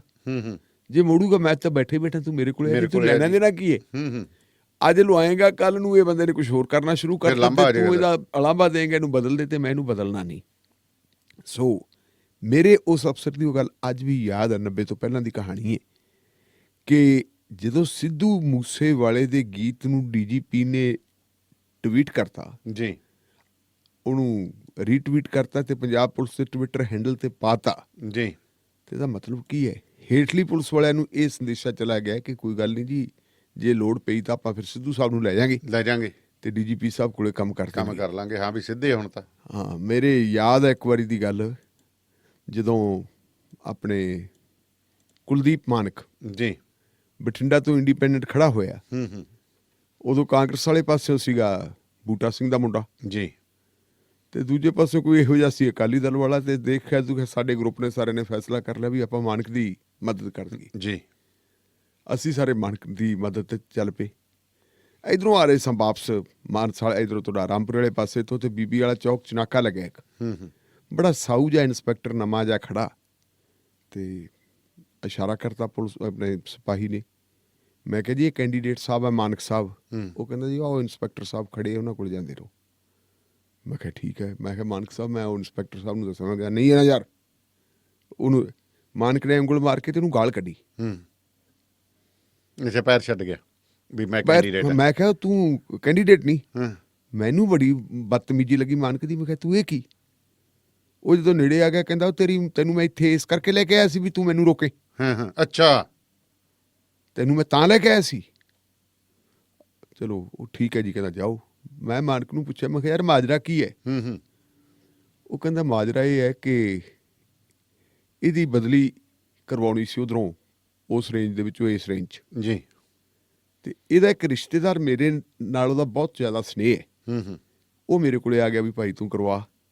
ਤੇ ਕਹਿੰਦਾ ਮੈਂ, ਚਲੋ ਮੇਰਾ ਖਾੜਾ ਬੁੱਕ ਸੀ, ਕਹਿੰਦਾ ਮੈਂ ਖਾੜਾ ਕੈਂਸਲ ਕਰਤਾ, ਪੇਮੈਂਟ ਅਗਲਿਆਂ ਦੀ ਵਾਪਸ ਭੇਜਤੀ ਤੇ ਚੰਡੀਗੜ੍ਹ ਚਲੇ ਗਏ। ਰਾਤ ਨੂੰ ਦਾਰੂ ਦੂਰੂ ਪੀ ਕੇ ਪੈ ਗਏ ਵੀ ਸਵੇਰੇ ਮਿਲਾਂਗੇ DGP ਨੂੰ। ਤੇ ਦਿਨ ਚੜ੍ਹਿਆ ਜਦੋਂ ਕਹਿੰਦਾ ਅਖਬਾਰ ਆ ਗਿਆ ਤੇ ਉਧਰੋਂ ਚਾਹ ਆ ਗਈ ਤੇ ਅਖਬਾਰ ਚੱਕਿਆ ਤੇ ਲਿਖਿਆ ਪਿਆ ਵੀ DGP KPS ਗਿੱਲ ਨਹੀਂ ਰਿਹਾ, ਬਦਲਤਾ ਤੇ OP ਸ਼ਰਮਾ ਲਾਤਾ। ਕਹਿੰਦਾ ਉਹ ਜਿਹੜਾ ਇਹਦਾ ਰਿਸ਼ਤੇਦਾਰ ਸੀ ਇਸੇ ਇੰਸਪੈਕਟਰ ਸਾਹਿਬ ਦਾ, ਉਹ ਮੇਰੇ ਨਾਲ। ਕਹਿੰਦਾ ਮੈਂ ਕਿਹਾ ਯਾਰ ਗੱਲ ਤਾਂ ਖਰਾਬ ਹੋ ਗਈ, ਹੁਣੇ ਬਦਲਤਾ, ਹੁਣ ਕੀ ਕਰੀਏ? ਉਹ ਕਹਿੰਦਾ ਯਾਰ ਦੇਖ ਲਾ। ਕਹਿੰਦਾ ਮੈਂ ਕਿਹਾ ਚੱਲਾਂਗੇ ਤਾਂ ਜ਼ਰੂਰ। ਕਹਿੰਦਾ ਅਸੀਂ KPS ਗਿੱਲ ਕੋਲੇ ਚਲੇ ਗਏ, GOMS 'ਚ ਰਹਿੰਦਾ ਹੁੰਦਾ ਸੀ ਸੈਕਟਰ 2 'ਚ। ਆ ਵੀ ਮਾਨਕਾ। ਤੇ ਕਹਿੰਦਾ ਮੈਂ ਵੀ ਮੈਂ ਤਾਂ ਕੰਮ ਆਇਆ ਸੀ। ਕਹਿੰਦਾ ਕੀ ਕੰਮ ਸੀ? ਕਹਿੰਦਾ ਮੈਂ ਕਿਹਾ ਯਾਰ ਥੋੜ੍ਹੀ ਤੁਹਾਨੂੰ ਬਦਲੀ ਹੋ ਗਈ, ਤੁਸੀਂ ਕੰਮ ਮੇਰਾ ਕੀ ਕਰੋਗੇ? ਕਹਿੰਦਾ ਮੈਨੂੰ ਕਹਿੰਦਾ ਕਿਹੋ ਜਿਹਾ ਕੰਮ ਹੈ ਤੇਰਾ? ਕਹਿੰਦਾ ਮੈਂ ਕਿਹਾ ਜੀ ਕਿ ਬਦਲੀ ਹੈ। ਕਹਿੰਦਾ ਜੇ ਡਾਂਗ ਟੁੱਟ ਜੇ ਤੌੜੇ ਭਾਨੀ ਦਿੰਦੀ ਹੈ, ਬਦਲੀ ਕਰਾ ਲਾਂਗੇ, ਦੱਸ ਕਰ ਲਾਂਗੇ ਕਿਹਦੀ ਹੈ? ਕਹਿੰਦਾ ਮੈਂ ਕਿਹਾ ਵੀ ਆ ਇੰਸਪੈਕਟਰ ਹੈ, ਇਹਦੀ ਬਦਲੀ ਇੱਥੋਂ ਕਰਕੇ ਇੱਧਰ ਲਾਉਣੀ। ਕਹਿੰਦਾ ਲਾਤਾ, ਜਾ ਜਾਂਦਾ ਰਹੇ। ਮੈਂ ਮਾਨਕ ਨੂੰ ਕਿਹਾ ਵੀ ਤੇਰੀ ਮਖੈਨੀ ਕਿਵੇਂ ਮੰਨ ਲਈ? ਉਹ ਕਹਿੰਦਾ ਵੀ ਜਦੋਂ ਇਹਨੇ ਸੱਭਿਆਚਾਰਕ ਮੇਲਿਆਂ ਵਾਲਾ ਸਿਲਸਿਲਾ ਸ਼ੁਰੂ ਕੀਤਾ ਨਾ KPS ਗਿੱਲ ਦਾ, ਹੁਣ ਪੁਰਾਣੀਆਂ ਗੱਲਾਂ ਯਾਦ ਆ ਗਈਆਂ, ਸ਼ੁਰੂ ਕੀਤਾ ਤੇ ਕਹਿੰਦਾ ਸੰਗਰੂਰ ਮੈਨੂੰ ਵੀ ਬੁਲਾਇਆ ਜੀ। ਅਸੀਂ ਸਾਰੇ ਬੈਠੇ, ਕਲਾਕਾਰ ਬਹੁਤ ਸਾਰੇ ਸੱਦੇ ਹੋਏ। ਉੱਥੇ ਕਹਿੰਦਾ ਵੀ ਇੱਕ DIG ਰੈਂਕ ਦਾ ਬੰਦਾ ਮੈਨੂੰ ਕਹਿੰਦਾ ਆਪ ਕਹਿ ਕੇ ਆਓਗੇ? ਕਹਿੰਦਾ ਮੈਂ ਕਿਹਾ ਵੀ ਦੇਖ ਲਓ। नहीं बताना पड़ेगा, साहब को बताएंगे ना, फिर तभी गवाएंगे। हाँ तभी गवाएंगे। कहना मैं क्या तेरे साहब नू आ लें दे। कहना नहीं क्या? कहना मैं क्या यार जो तेरे साहब ने कहता वही गा देंगे। कहना नहीं ऐसा नहीं चलेगा। कहना मैं क्या मैं गाँदा ही नहीं, बह जाके जावा। कहना मैं इतों गा अगले को टप के बह गया तो मैं बह गया तो KPS गिल आ गया। आके जो बैठे उन्होंने मेरे कनी झाकिया थे, इशारा करता। SSP ने मेरी बांह फड़ के मैनू कहता मंच ते जा चढ़ाया। बह गए असीं, 2 गिलास आ गए, कागज उत्ते वलेटे वे, एक ओहदा ते एक मेरा। कहंदा उधरों ओह चुस्की ला छड्डी ते उधरों मैं चुस्की लाई आवां। फिर कहंदा भी किवें है, की गाएगा? कहंदा मैं आख्या भी दस ते की काम? उहने कहंदा दसता ते मैं उठ के खड़ा हो गया। कहंदा जदों मैं उच्ची हेक ला के लाया भी वक्त पए तो परखांगे यारा ओ तेरी यारी नूं, ਤੇ ਬਜਟ ਦੇ ਵਿੱਚ ਕਹਿੰਦਾ KPS ਗਿੱਲ ਵੀ ਆ ਗਿਆ, ਕਿਉਂਕਿ ਉਹਦੇ ਪੈਗ ਸ਼ੈਗ ਪਹਿਲਾਂ ਵੀ ਲੱਗੇ ਸੀ ਜੀ। ਉਹਨੇ ਕਹਿੰਦਾ ਜਿਹੜਾ ਮੇਰੇ ਮਗਰ ਖੜ ਕੇ ਮੇਰਾ ਸਾਜ਼ਗਾਰ ਚਿਮਟਾ ਵਜਾਉਂਦਾ ਸੀ ਨਾ, ਉਹਨੂੰ ਤੋਂ ਫੜ ਕੇ ਚਿਮਟਾ ਦੇ ਕੇ ਧੱਕਾ ਪਰੇ ਸੁੱਟਤਾ ਤੇ ਚਿਮਟਾ ਫਿਰ KPS ਗਿੱਲ ਵਜਾਵੇ ਤੇ ਮੈਂ ਗਾਵਾਂ ਜੀ। ਮੈਨੂੰ ਫਿਰ ਉਹਨੇ ਮਾਨਕ ਨੇ ਦੱਸਿਆ ਵੀ ਉਦੋਂ ਇੰਡੀਅਨ ਐਕਸਪ੍ਰੈਸ ਦੇ ਫਰੰਟ ਪੇਜ ਦੇ ਉੱਤੇ ਖਬਰ ਲੱਗੀ ਸੀ ਜੀ ਵੀ ਜਦੋਂ ਮਾਨਕ ਦਾ ਚਿਮਟਾ KPS ਗਿੱਲ ਨੇ ਵਜਾਇਆ। ਕਹਿੰਦਾ ਮੈਂ ਆਖਿਆ ਵੀ ਤਾਂ ਮੇਰੀ ਮੰਨਤਾ ਸੀ। ਉਹਨੇ ਕਹਿੰਦਾ ਜੀ ਮੇਰੀ ਬਦਲੀ ਕਰਤੀ ਜੀ। ਤੇ ਮਤਲਬ ਇਹ ਮੁੰਡਾ ਹੁਣ ਇੱਥੇ ਆ ਗਿਆ, ਆਪਾਂ ਨੂੰ ਰੋਕਦਾ। ਹੁਣ ਸਵਾਲ ਇਹ ਪੈਦਾ ਹੁੰਦਾ ਹੈ ਕਿ ਸਿੱਧੂ ਮੂਸੇ ਵਾਲੇ ਨੇ ਜਿਹੜਾ ਕੁਛ ਕੀਤਾ ਕਰਾਇਆ, ਜੋ ਕੀਤਾ, ਜਾਂ ਜਿਹੜੇ ਪੁਲਿਸ ਵਾਲੇ ਉਹਦੇ ਨਾਲ ਆ ਗਏ, ਇਹ ਪੁਲਿਸ ਵਾਲੇ ਇਸ ਕਰਕੇ ਨਾਲ ਆ ਗਏ ਕਿਉਂਕਿ ਇਹ ਮੰਨਦੇ ਸੀ ਕਿ ਸਾਡੇ DGP ਦੀਆਂ ਨਜ਼ਰਾਂ ਦੇ ਵਿੱਚ ਇਹ ਬੰਦਾ ਬਹੁਤ ਪਾਵਰਫੁਲ ਹੈ ਜੀ। ਜੋ ਮਾਨਕ ਨੇ ਗੱਲ ਕਹੀ, ਜੋ ਉਸ ਅਫਸਰ ਨੇ ਗੱਲ ਕਹੀ, ਇਹਦੇ ਤੋਂ ਇੱਕ ਇਸ਼ਾਰਾ ਮਾਤਰ ਹੁੰਦਾ, ਥੱਲੇ ਤੱਕ ਸਾਰਾ ਆ ਜਾਂਦਾ ਤੇ ਨਾਲ ਉਹਦੇ ਫਿਰ ਅੱਗੇ ਪਿੱਛੇ ਹੋਰ ਵੀ ਹੁੰਦੇ ਬੰਦੇ। ਸੋ ਇਹਨੇ ਜੋ ਕੁਛ ਕੀਤਾ ਕਰਾਇਆ ਉਹ ਅਸਲ ਦੇ ਵਿੱਚ ਤੂੰ ਨਹੀਂ ਬੋਲਦੀ ਰਕਾਨੇ, ਤੂੰ ਨਹੀਂ ਬੋਲਦੀ, ਤੇਰੇ ਚ ਤੇਰਾ ਯਾਰ ਬੋਲਦਾ। ਉਹ ਸਥਿਤੀ ਮਤਲਬ ਜਿਹੜੀ ਹੈਗੀ ਸਿੱਧੂ ਮੂਸੇ ਵਾਲੇ ਦੀ ਹੈ। ਉਹਨਾਂ ਦੇ ਖਿਲਾਫ ਕੇਸ ਰਜਿਸਟਰ ਕਰਤਾ। ਕੇਸ ਰਜਿਸਟਰ ਕੀਤਾ ਕਾਹਦਾ ਜੀ? 188 ਕਰਫਿਊ ਤੋੜਨ ਦਾ। ਕਰਫਿਊ ਤੋੜਨ ਨਾ ਪੱਲੇ ਨਾ ਕੁਝ ਲੈਣਾ ਨਾ ਉਹ ਤਾਂ ਗੱਲ ਖੜਦੀ ਨਹੀਂ ਇੱਥੇ। ਇਹ ਗੱਲ ਖੜਦੀ ਨਹੀਂ, ਗੱਲ ਗਾਂ ਵਧੂਗੀ। ਅੱਛਾ ਵਧੂਗੀ ਸਵਾਲ ਹੀ ਨਹੀਂ ਪੈਦਾ ਹੁੰਦਾ ਕਿਉਂਕਿ ਅਜੇ ਤੱਕ ਤਾਂ ਇਨਵੈਸਟੀਗੇਸ਼ਨ ਹੋਣੀ ਹੈ। ਉਹਨੇ ਫਾਇਰਿੰਗ ਕੀਤੀ ਹੈ, ਉਹਦੇ ਹੱਥ ਦੇ ਵਿੱਚ ਵੈਪਨ ਹੈ ਜਿਹੜਾ ਇਲੀਗਲ ਹੈ। ਉਹਦੇ ਹੱਥ ਵਿੱਚ ਵੈਪਨ ਇਲੀਗਲ ਹੈ। ਸਵਾਲ ਇਹ ਹੈ ਕਿ ਜਿਹੜੇ ਸਬ ਇੰਸਪੈਕਟਰ ਤੇ ਤੁਹਾਡੇ ASI ਹੌਲਦਾਰ ਤਾਂ ਸਸਪੈਂਡ ਕਰਤੇ, ਉਹਨਾਂ ਦੇ ਪਰਚਾ ਦਿੱਤਾ। ਉਹਨਾਂ ਦੀ ਜ਼ਰੂਰਤ ਨਹੀਂ ਹੈਗੀ। ਜਿਹੜੇ DSP ਨੇ ਕੋਲੇ ਖੜ ਕੇ ਸਾਰਾ ਕੁਝ ਕਰਵਾਇਆ, DSP ਹੈਡਕੁਆਟਰ ਹੈ, ਉਹਨੂੰ ਕੱਲਾ ਸਸਪੈਂਡ ਕਰਕੇ ਸਾਰਤਾ ਵਾਈ। ਇਹ ਨਹੀਂ ਨਾ ਚੱਲਣੀ। ਹੁਣ ਇਹ ਗੱਲ ਇੱਥੋਂ ਗਾਂਹ ਤੁਰੂਗੀ, ਰੱਫੜ ਪੈਣਾ ਜੀ। ਔਰ ਰੱਫੜ ਪੈਣ ਤੋਂ ਬਾਅਦ ਕੇਸ ਦੇ ਵਿੱਚ ਧਰਾਵਾਂ ਦੇ ਵਿੱਚ ਹੋਰ ਵਾਧਾ ਹੋਣਾ। ਤੇ ਮਸ਼ਕਾਂ ਚ ਕਢਾਈ ਬੈਠੇ ਆ ਜੀ SC ਰੋੜੇ ਵਰਗੇ। ਨਹੀਂ ਸਾਰੇ ਇਕੱਲੇ SC ਰੋੜਾ ਕਿਉਂ ਜੀ, ਸਾਰੇ ਕਰਕੇ ਮੇਰੇ ਖਿਆਲ ਵੀ ਬਹੁਤ ਵਧੀਆ ਜਿਹੜਾ ਉੱਥੇ ਦਾ SSP ਆ ਬਰਨਾਲੇ ਦਾ, ਉਹਨੇ ਮਿੰਟ ਮਾਰਿਆ। ਉਹਨੇ ਮੌਕੇ ਤੇ ਗਏ ਨਹੀਂ ਜੀ। ਮੁੱਢਲਾ ਜਿਹੜਾ ਹੈ ਕੇਰਾਂ ਵੀ 188 ਵਾਲਾ ਪਰਚਾ ਦਾ ਦਿਓ ਨਾ, ਬਾਕੀ ਬਾਅਦ ਚ ਦੇਖਦੇ। ਬਾਕੀ ਬਾਅਦ ਦੇ ਵਿੱਚ ਜਰੂਰ ਦੇ ਵਿੱਚ ਤਾਂ ਵਾਧਾ ਹੁੰਦਾ, ਇਹਦਾ ਬੜਾ ਕੁਛ ਹੁੰਦਾ ਟਾਈਮ ਪਿਆ। ਇਹ ਕਿਉਂਕਿ ਉਸ ਬੰਦੇ ਨੇ ਜਿਹੜਾ ਹੈਗਾ ਕਾਨੂੰਨ ਆਪਣੇ ਹੱਥ ਵਿੱਚ ਲਿਆ ਔਰ ਕਿਹੜੇ ਵੇਲੇ ਲਿਆ। ਅਗਲੀ ਗੱਲ ਹੈ ਕਿ ਪੰਜਾਬ ਪੁਲਿਸ ਦਾ ਰੈਪੂਟੇਸ਼ਨ ਜਿਹੜਾ ਹੈਗਾ ਉਹ ਕੋਈ ਬਹੁਤ ਚੰਗਾ ਨਹੀਂ ਸੀ ਉਹ ਕੁਛ ਇਹਨਾਂ ਨੇ ਹੁਣ ਇੱਥੇ ਸੁਧਾਰਨ ਦੀ ਕੋਸ਼ਿਸ਼ ਲੇਕਿਨ ਪਿਛਲੇ ਸਮੇਂ 'ਚ ਕਰੋਨਾ ਦੇ ਮੁੱਦੇ ਦੇ ਉੱਤੇ ਤੁਸੀਂ ਆ ਕੇ ਦੇਖੀਏ ਤਾਂ ਦਾਨੇਲੀਆ ਸਾਹਿਬ, ਮੈਂ ਵੀ ਇੱਕ ਦਿਨ ਇੱਕ ਮਾਮਲੇ ਦੇ ਵਿੱਚ ਕਿਸੇ ਦੇ ਮਗਰ ਇੱਕ ਥਾਣੇ 'ਚ ਗਿਆ ਸੀ, ਜਿਹੜੇ ਪੁਲਿਸ ਵਾਲਿਆਂ ਤੋਂ ਆਪਾਂ ਆਸ ਨਹੀਂ ਕਰ ਸਕਦੇ। ਮੈਂ ਜਾ ਕੇ ਉਹਨੂੰ ਕਿਹਾ ਵੀ ਆ ਭਾਈ ਬੰਦੇ ਨੂੰ ਲੈ, ਤੁਸੀਂ ਮੈਨੂੰ ਕਹਿੰਦਾ ਜੀ ਤੁਸੀਂ ਐਂ ਕਰੋ ਘਰੇ ਜਾਓ ਆਪਦੇ, ਮੈਂ ਜਦੋਂ ਆ ਗਿਆ ਤੁਹਾਨੂੰ ਫੋਨ ਕਰ ਦੂੰਗਾ। ਮੈਂ ਕਿਹਾ ਤੂੰ ਜਾਣਾ ਕਿੱਧਰ ਹੈ? ਕਹਿੰਦਾ ਜੀ ਮੇਰੇ ਗੱਡੀ ਦੇ ਵਿੱਚ ਲੰਗਰ ਪਿਆ ਹੈ, ਮੈਂ ਕੁਝ ਸੰਸਥਾਵਾਂ ਤੋਂ ਲੈ ਕੇ ਆਇਆ ਤੇ ਜਿਹੜੇ ਗਰੀਬ ਗੁਰਬੇ ਝੌਂਪੜੀਆਂ ਵਾਲੇ ਮੈਂ ਉਹਨਾਂ ਨੂੰ ਵੰਡ ਕੇ ਆਉਣਾ, ਕਰਫਿਊ ਲੱਗਿਆ ਉਹ ਖਾਣਗੇ ਕੀ? ਮੈਂ ਕਿਹਾ ਯਾਰ ਤੁਸੀਂ ਪੁਲਿਸ ਵਾਲੇ ਇੰਨੇ ਜਿਹੜੇ ਧਰਮਾਰਥ ਹੋ ਗਏ, ਇੰਨੇ ਗੱਲ ਕਰਨ ਲੱਗੇ। ਕਹਿੰਦਾ ਜੀ ਭੁੱਖੇ ਬੰਦਿਆਂ ਨੂੰ ਕੀ ਕਰਕੇ ਸੁਬਾਹ ਤੋਂ ਲੈ ਕੇ ਸ਼ਾਮ ਤੱਕ ਪਾਪ ਕਰਦੇ ਆ, ਕੋਈ ਮਾੜਾ ਮੋਟਾ ਪੁੰਨ ਦਾ ਕੰਮ ਵੀ ਕਰ ਲਿਆ ਕਰੀਏ ਜੀ। ਮੈਨੂੰ ਮਤਲਬ ਇਹ ਤਸੱਲੀ ਜੀ ਹੋਈ ਯਾਰ, ਵਾਕਈ ਵੀ ਆਹ ਬੰਦਾ ਜਿਹਨੂੰ ਮੈਂ ਸਭ ਤੋਂ ਮਾੜਾ ਸਮਝਦਾ ਸੀ ਜੀ, ਇਹ ਵੀ ਇਹ ਕੰਮ ਕਰ ਰਿਹਾ। ਔਰ ਦਾਨੇਲੀਆ ਸਾਹਿਬ ਹੋਈ 1 ਘੰਟੇ ਬਾਅਦ ਮੈਨੂੰ ਘਰੇ ਟੈਲੀਫੋਨ ਆ ਗਿਆ, ਆਓ ਜੀ। ਕਹਿੰਦਾ ਤੁਸੀਂ, ਮੈਂ ਆ ਗਿਆ, ਮੈਂ ਲੰਗਰ ਪਾਣੀ ਵੰਡਿਆ। ਮੈਂ ਉਹਨੂੰ ਕਿਹਾ, ਮੈਂ ਕਿਹਾ ਗਰੀਬ ਬੰਦਾ, ਤੂੰ ਗਰੀਬਾਂ ਨੂੰ ਲੰਗਰ ਦੇ ਕੇ ਆਇਆ? ਕਹਿੰਦਾ ਜੀ ਮੈਨੂੰ ਪਤਾ ਲੱਗ ਗਿਆ, ਲੋ ਮੈਂ ਬੰਦਾ ਛੱਡ ਦੇਣਾ। ਸੋ ਇਸ ਕਰਕੇ ਜਿਹੜਾ ਰੈਪੂਟੇਸ਼ਨ ਬਣਿਆ ਸੀਗਾ ਇਸ ਇੱਕੋ ਇਨਸੀਡੈਂਟ ਨੇ ਉਹ ਪੰਜਾਬ ਪੁਲਿਸ ਦੇ ਰੈਪੂਟੇਸ਼ਨ ਦੇ ਉੱਤੇ ਇੱਕ ਵੱਡਾ ਦਾਗ ਲਾਤਾ। ਕੱਲ ਸਾਰਾ ਡਿਸਟਰਬ ਹੋਇਆ ਬੈਠਾ ਸੀ ਪੁਲਿਸ ਹੈੱਡਕੁਆਟਰ। ਕੁਦਰਤੀ ਹੈ, ਪੁਲਿਸ ਹੈੱਡਕੁਆਟਰ ਨੇ ਡਿਸਟਰਬ ਹੋਣਾ ਹੀ ਹੋਣਾ ਸੀਗਾ ਉੱਥੇ ਪੁਲਿਸ ਹੈੱਡਕੁਆਟਰ ਦੇ, ਕਿਉਂਕਿ ਜਿਹੜੀ ਇਸ ਵੇਲੇ ਦੀ ਸਥਿਤੀ ਹੈ, ਪੰਜਾਬ ਦੇ ਜਿਹੜੇ ਕਾਬਲ ਅਫਸਰ ਹੈਗੇ ਉਹ ਸੈਕਟਰੀਏਟ ਦੇ ਵਿੱਚ ਬੈਠੇ, ਪੁਲਿਸ ਹੈੱਡਕੁਆਟਰ ਦੇ ਵਿੱਚ ਬੈਠੇ ਹੈ, ਔਰ ਉਹ ਕੱਲੀ ਗੱਲ ਨੂੰ ਦੇਖਦੇ ਆ, ਬਾਤਦੇ ਆ। ਕਿਉਂਕਿ ਜ਼ਿਲ੍ਹਿਆਂ ਦੇ ਵਿੱਚ ਤਾਂ MLA ਨੂੰ ਚਾਹੀਦੇ ਆ, ਵਜ਼ੀਰਾਂ ਨੂੰ ਚਾਹੀਦੇ ਆ ਵੀ ਸਾਨੂੰ ਤਾਂ ਜੀ ਆ ਖੂੰਖਾਰ ਜੇ SSP ਦੇ ਦਿਓ, ਲੁੱਟ ਮਾਰ ਵਾਲੇ ਦੇ ਦਿਓ, ਅਸੀਂ ਆਹ ਕੰਮ ਕਰਵਾਉਣੇ, ਇਹ ਕੰਮ ਕਰਵਾਉਣੇ, ਤਾਂ ਸਿਫਾਰਸ਼ਾਂ ਨਾ ਕਰਵਾਈ ਜਾਂਦੇ ਜੀ। ਕੈਪਟਨ ਅਮਰਿੰਦਰ ਸਿੰਘ ਦੀ ਪਿਛਲੀ ਸਰਕਾਰ ਦਾ ਤੇ ਇਸ ਸਰਕਾਰ ਦਾ ਫਰਕ ਹੀ ਆਹੀ ਫਰਕ ਹੈ। ਪਿਛਲੀ ਸਰਕਾਰ ਮੇਰੇ ਯਾਦ ਆ ਦਾਨੇਲੀਆ ਸਾਹਿਬ, ਕੈਪਟਨ ਅਮਰਿੰਦਰ ਸਿੰਘ ਨੇ ਸਹੁੰ ਚੁੱਕੀ ਸੀ ਇਕੱਲੇ ਨੇ। ਕੈਬਨਿਟ ਬਣਨ ਤੋਂ ਪਹਿਲਾਂ ਸਾਰੇ ਪੰਜਾਬ ਦੇ DC ਤੇ ਸਾਰੇ ਪੰਜਾਬ ਦੇ SSP ਬਦਲਤੇ ਸੀ ਜੀ, ਐਤਕੀ ਆਪਦੀ ਮਰਜ਼ੀ ਦੇ ਲਈ ਸੀ। ਐਤਕੀ ਤਾਂ ਤੁਸੀਂ ਜਿਹੜੇ ਅਕਾਲੀਆਂ ਵੇਲੇ ਲੱਗੇ ਸੀ ਉਹੀ ਬੈਠੇ। ਤੁਸੀਂ ਕਿੰਨੇ ਬੰਦੇ ਤੇ ਨਿਗਾਹ ਮਾਰ ਲਓ ਜਿਹੜੇ ਕਾਂਗਰਸੀ ਦੀਆਂ ਵਾਹਾਂ ਨੂੰ ਮਰੋੜੇ ਦਿੰਦੇ ਹੁੰਦੇ ਸੀਗੇ, ਲੱਤਾਂ ਨੂੰ ਉਹਨਾਂ ਦੀਆਂ ਪਾੜਦੇ ਹੁੰਦੇ ਸੀਗੇ, ਉਹ ਤਾਂ ਜ਼ਿਲ੍ਹਿਆਂ 'ਚ SSP ਲੱਗਿਆ, ਫਾਜ਼ਿਲਕਾ ਵਾਲਾ ਰੋਪੜ ਲੱਗਿਆ ਬੈਠਾ। ਫਰਕ ਇੰਨਾ ਕੀ ਹੈ? ਬਿਲਕੁਲ ਹੋਰ ਤਾਂ ਕੋਈ ਫਰਕ ਨਹੀਂ। ਫਾਜ਼ਿਲਕਾ ਜਿਹੜੀ ਹੈਗੀ ਤੁਹਾਡੀ ਸੁਖਵੀਰ ਬਾਦਲ ਦੀ ਕੰਸਟੀਚੁਐਂਸੀ, ਜਲਾਲਾਬਾਦ ਦੇ ਵਿੱਚ ਉਹ ਉੱਥੋਂ MLA ਹੁੰਦਾ ਸੀ, ਤੇ ਉੱਥੇ ਸੁਖਵੀਰ ਸਿੰਘ ਬਾਦਲ ਕਿਸੇ ਐਰੇ ਗੈਰੇ ਨੂੰ ਤਾਂ ਲਾਉਂਦਾ ਨਹੀਂਗਾ, ਉਹ ਤਾਂ ਖੱਬੀ ਖਾਨ ਨੂੰ ਲਾਊ ਜਿਹੜਾ ਉਹਦਾ ਐਨ ਮੁੱਛਤਾ ਵਾਲ ਹੋਵੇ, ਜਿਹੜਾ ਉਹਦੇ ਹੁਕਮ ਦੀ ਤਾਮੀਲ ਕਰੇ। ਬਿਲਕੁਲ। ਔਰ ਉਹੀ ਬਠਿੰਡਾ ਤੇ ਉਹੀ ਉਹਨਾਂ ਰਾਜਾਂ ਦੇ ਵਿੱਚ ਉਸੇ ਹਕੂਮਤ ਦੇ ਵਿੱਚ ਉਹ ਲੱਗੇ ਬੈਠੇ। ਇਹਦੇ ਚ ਕਾਰਨ ਕੀ ਹੈ? ਕਾਰਨ ਆਪਾਂ ਇਹ ਨਹੀਂ ਕਹਿੰਦੇ ਕਿ ਹੁਣ ਮੁੱਖ ਮੰਤਰੀ ਜੋ ਤਲਦੇ ਆ ਕਿ ਵੀ ਸਾਡਾ ਲਾਓ ਜੀ, ਸਾਡੀ ਗੱਡੀ ਚੱਲਦੀ ਹੈ। ਹੁਣ ਤਾਂ ਹਾਲਤ ਇਹ ਹੈ ਕਿ ਜਿਹੜੇ ਵਿਚੋਲੇ ਹੈ ਜੀ, ਜਿਨ੍ਹਾਂ ਵਿਚੋਲਿਆਂ ਨੇ ਸੌਦੇਬਾਜ਼ੀਆਂ ਕਰਵਾਈਆਂ ਜੀ, ਅਸੀਂ ਇਹਨੂੰ SSP ਲਵਾ ਦਿੰਦੇ, ਥਾਣੇ ਤਾਂ ਉਹਨਾਂ ਨੂੰ ਅਲਾਟ ਕਰਤੇ ਕਿ ਭਾਈ ਫਲਾਨਾ ਥਾਣਾ ਤੈਨੂੰ, ਇੱਥੇ ਆਪਦਾ ਜਿਹੜਾ ਰਾਸ਼ਨ ਪਾਣੀ ਤੂੰ ਲੈ। ਇਸ ਕਰਕੇ ਮਤਲਬ ਜਿਹੜਾ ਇਹ ਕਸੂਰ ਆਪਾਂ ਸਿੱਧੂ ਦਾ ਨਹੀਂ ਕਹਿ ਸਕਦੇ, ਮੂਸੇਵਾਲੇ ਦਾ, ਇਹ ਤਾਂ ਕਸੂਰ ਜਿਹੜਾ ਸਿਸਟਮ ਦਾ ਹੈ। ਬਿਲਕੁਲ ਜੀ, ਤੁਸੀਂ ਜਿਹੜੀ ਗੱਲ ਕਹੀ ਹੈ, ਪਰ ਸਿਸਟਮ ਜਦੋਂ ਵਿਗੜ ਜੇ, ਢਿੱਲੋਂ ਸਾਹਿਬ, ਥੋੜਾ ਜਿਹਾ ਅਮਲੀਆਂ ਨੂੰ ਸੁੱਖ ਦਾ ਸਾਹ ਆਇਆ ਸੀ। ਸ਼ਰਾਬੀਆਂ ਤਾਂ ਕੱਲ ਦੇ ਇੱਕ ਦੂਜੇ 'ਚ ਵੱਜੀ ਜਾਂਦੇ ਆ, ਭਾਵੇਂ ਕੱਛੇ ਪਾੜ ਜਾਣ, ਤਸਵੀਰਾਂ ਆਈ ਜਾਂਦੀਆਂ, ਲੋਕ ਇੱਕ ਦੂਜੇ ਦੀਆਂ ਪੈਂਟਾਂ ਧੂ ਕੇ ਪਾੜੀ ਜਾਂਦੇ ਆ, ਪਰ ਉਹਨਾਂ ਨੂੰ ਤਾਂ ਜਿਹੜਾ ਸਾਹ ਆਇਆ, ਚੁਟਕਲੇ ਵੀ ਚੱਲ ਪਏ ਕਿ ਦੇਖੋ ਜੀ ਹੁਣ ਸ਼ਰਾਬੀ ਜਿਹੜਾ ਹੈਗਾ ਤੁਹਾਡੀਆਂ ਸੜਕਾਂ ਬਣਾਉਣਗੇ, ਸ਼ਰਾਬੀ ਦੇਸ਼ ਦਾ ਵਿਕਾਸ ਕਰਾਉਣਗੇ। ਕਿਉਂਕਿ ਮੋਦੀ ਜੀ ਜਿਹੜੇ ਲੋਕ ਇਹ ਤਾਂ ਗੱਲ ਕਹਿੰਦੇ ਸੀ, ਕੈਪਟਨ ਅਮਰਿੰਦਰ ਸਿੰਘ ਨੇ ਇਹ ਗੱਲ ਕਿਉਂ ਕਹਿਤੀ ਵੀ ਸਾਡਾ ਜਿਹੜਾ ਰੈਵਨਿਊ ਜਿਹੜਾ ਹੈਗਾ ਸ਼ਰਾਬ ਤੋਂ ਚੱਲਦਾ, ਪਰ ਦੂਜੀਆਂ ਸਰਕਾਰਾਂ ਦਾ ਕਿਹੜਾ ਨਹੀਂ ਚੱਲਦਾ ਸੀਗਾ ਰੈਵਨਿਊ। ਪਰ ਗੱਲ ਇੱਥੇ ਆ ਗਈ ਕਿ ਹੁਣ ਜਿਹੜੇ ਆਹ ਨਸ਼ਾ ਛਡਾਊ ਕੇਂਦਰਾਂ ਦੇ ਜਿਹੜਾ ਅਮਲਾ ਹੈਗਾ ਉਹ ਹੜਤਾਲ ਤੇ ਚਲਾ ਗਿਆ, ਤੇ ਹੁਣ ਅਮਲੀ ਭਾਈ ਕਹਾਂ ਜਾਏ। ਨਹੀਂ ਦੇਖੋ, ਗੱਲ ਇਹ ਹੈ, ਦੋਨੇ ਗੱਲਾਂ ਹੀ ਹੈ ਜੀ। ਪਹਿਲੀ ਗੱਲ ਤਾਂ ਇਹ ਹੈ ਕਿ ਜਿਹੜੇ ਮੁੜ ਵਸੇਬਾ ਜੀ ਯੋਜਨਾ ਦੇ ਤਹਿਤ ਲੜਕੇ ਲੜਕੀਆਂ ਕੰਮ ਕਰਦੇ ਹੈ, ਨਸ਼ਾ ਛਡਾਊ ਕੇਂਦਰ ਜਿਹੜੇ ਜ਼ਿਲ੍ਹਾ ਪੱਧਰ ਤੇ ਓਟ ਵੀ ਕਹਿੰਦੇ ਉਹਨਾਂ ਨੂੰ ਜੀ, ਜਿਹੜੇ ਉੱਥੇ ਭਰਤੀ ਕੀਤੇ ਹੋਏ ਆ, ਕਈ ਸਾਲ ਹੋ ਗਏ ਉਹਨਾਂ ਨੂੰ ਭਰਤੀ ਹੋਇਆ ਨੂੰ ਜੀ, ਉਹਨਾਂ ਨੂੰ ਤਨਖਾਹਾਂ ਕੀ ਮਿਲਦ ਗਏ ਜੀ, 10,000 ਤੋਂ ਲੈ ਕੇ 15,000 ਦੇ ਵਿੱਚ।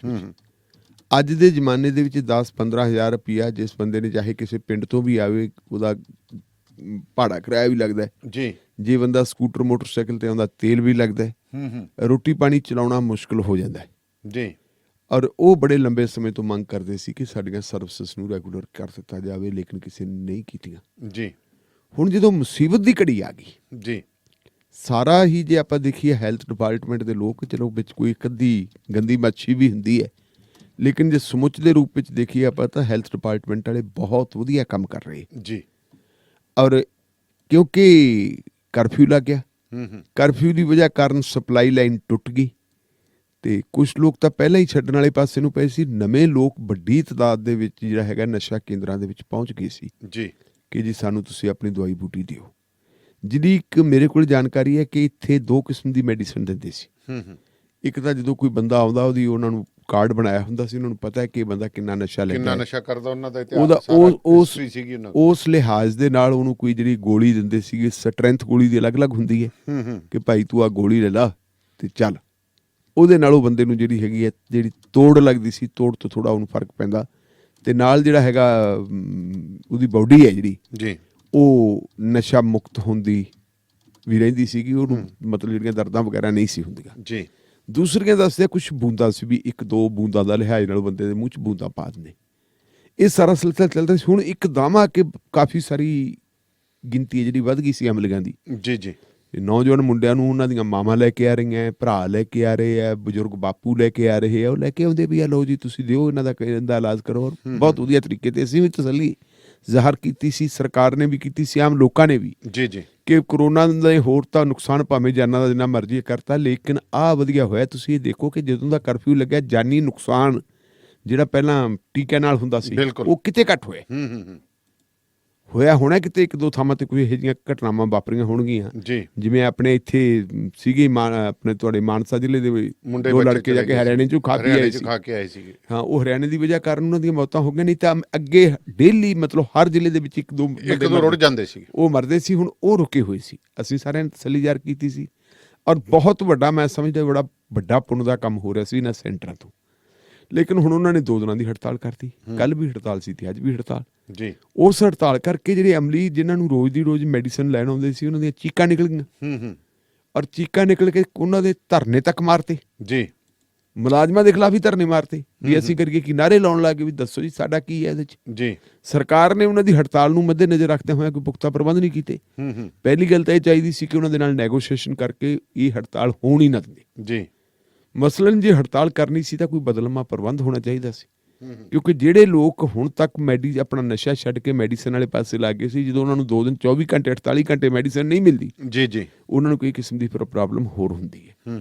ਸੋ ਚੰਗੀ ਗੱਲ ਇਹ ਹੈ ਕਿ ਅਜੇ ਵੀ ਜਿਹੜਾ ਇਹਨਾਂ ਦਾ ਹੱਕ ਹਕੂਕ ਬਣਦਾ ਲੜਕੇ ਲੜਕੀਆਂ ਦਾ, ਜਿਹੜੇ ਮੁਲਾਜ਼ਮ ਹੈ ਉਹ ਸਰਕਾਰ ਦੇਵੇ।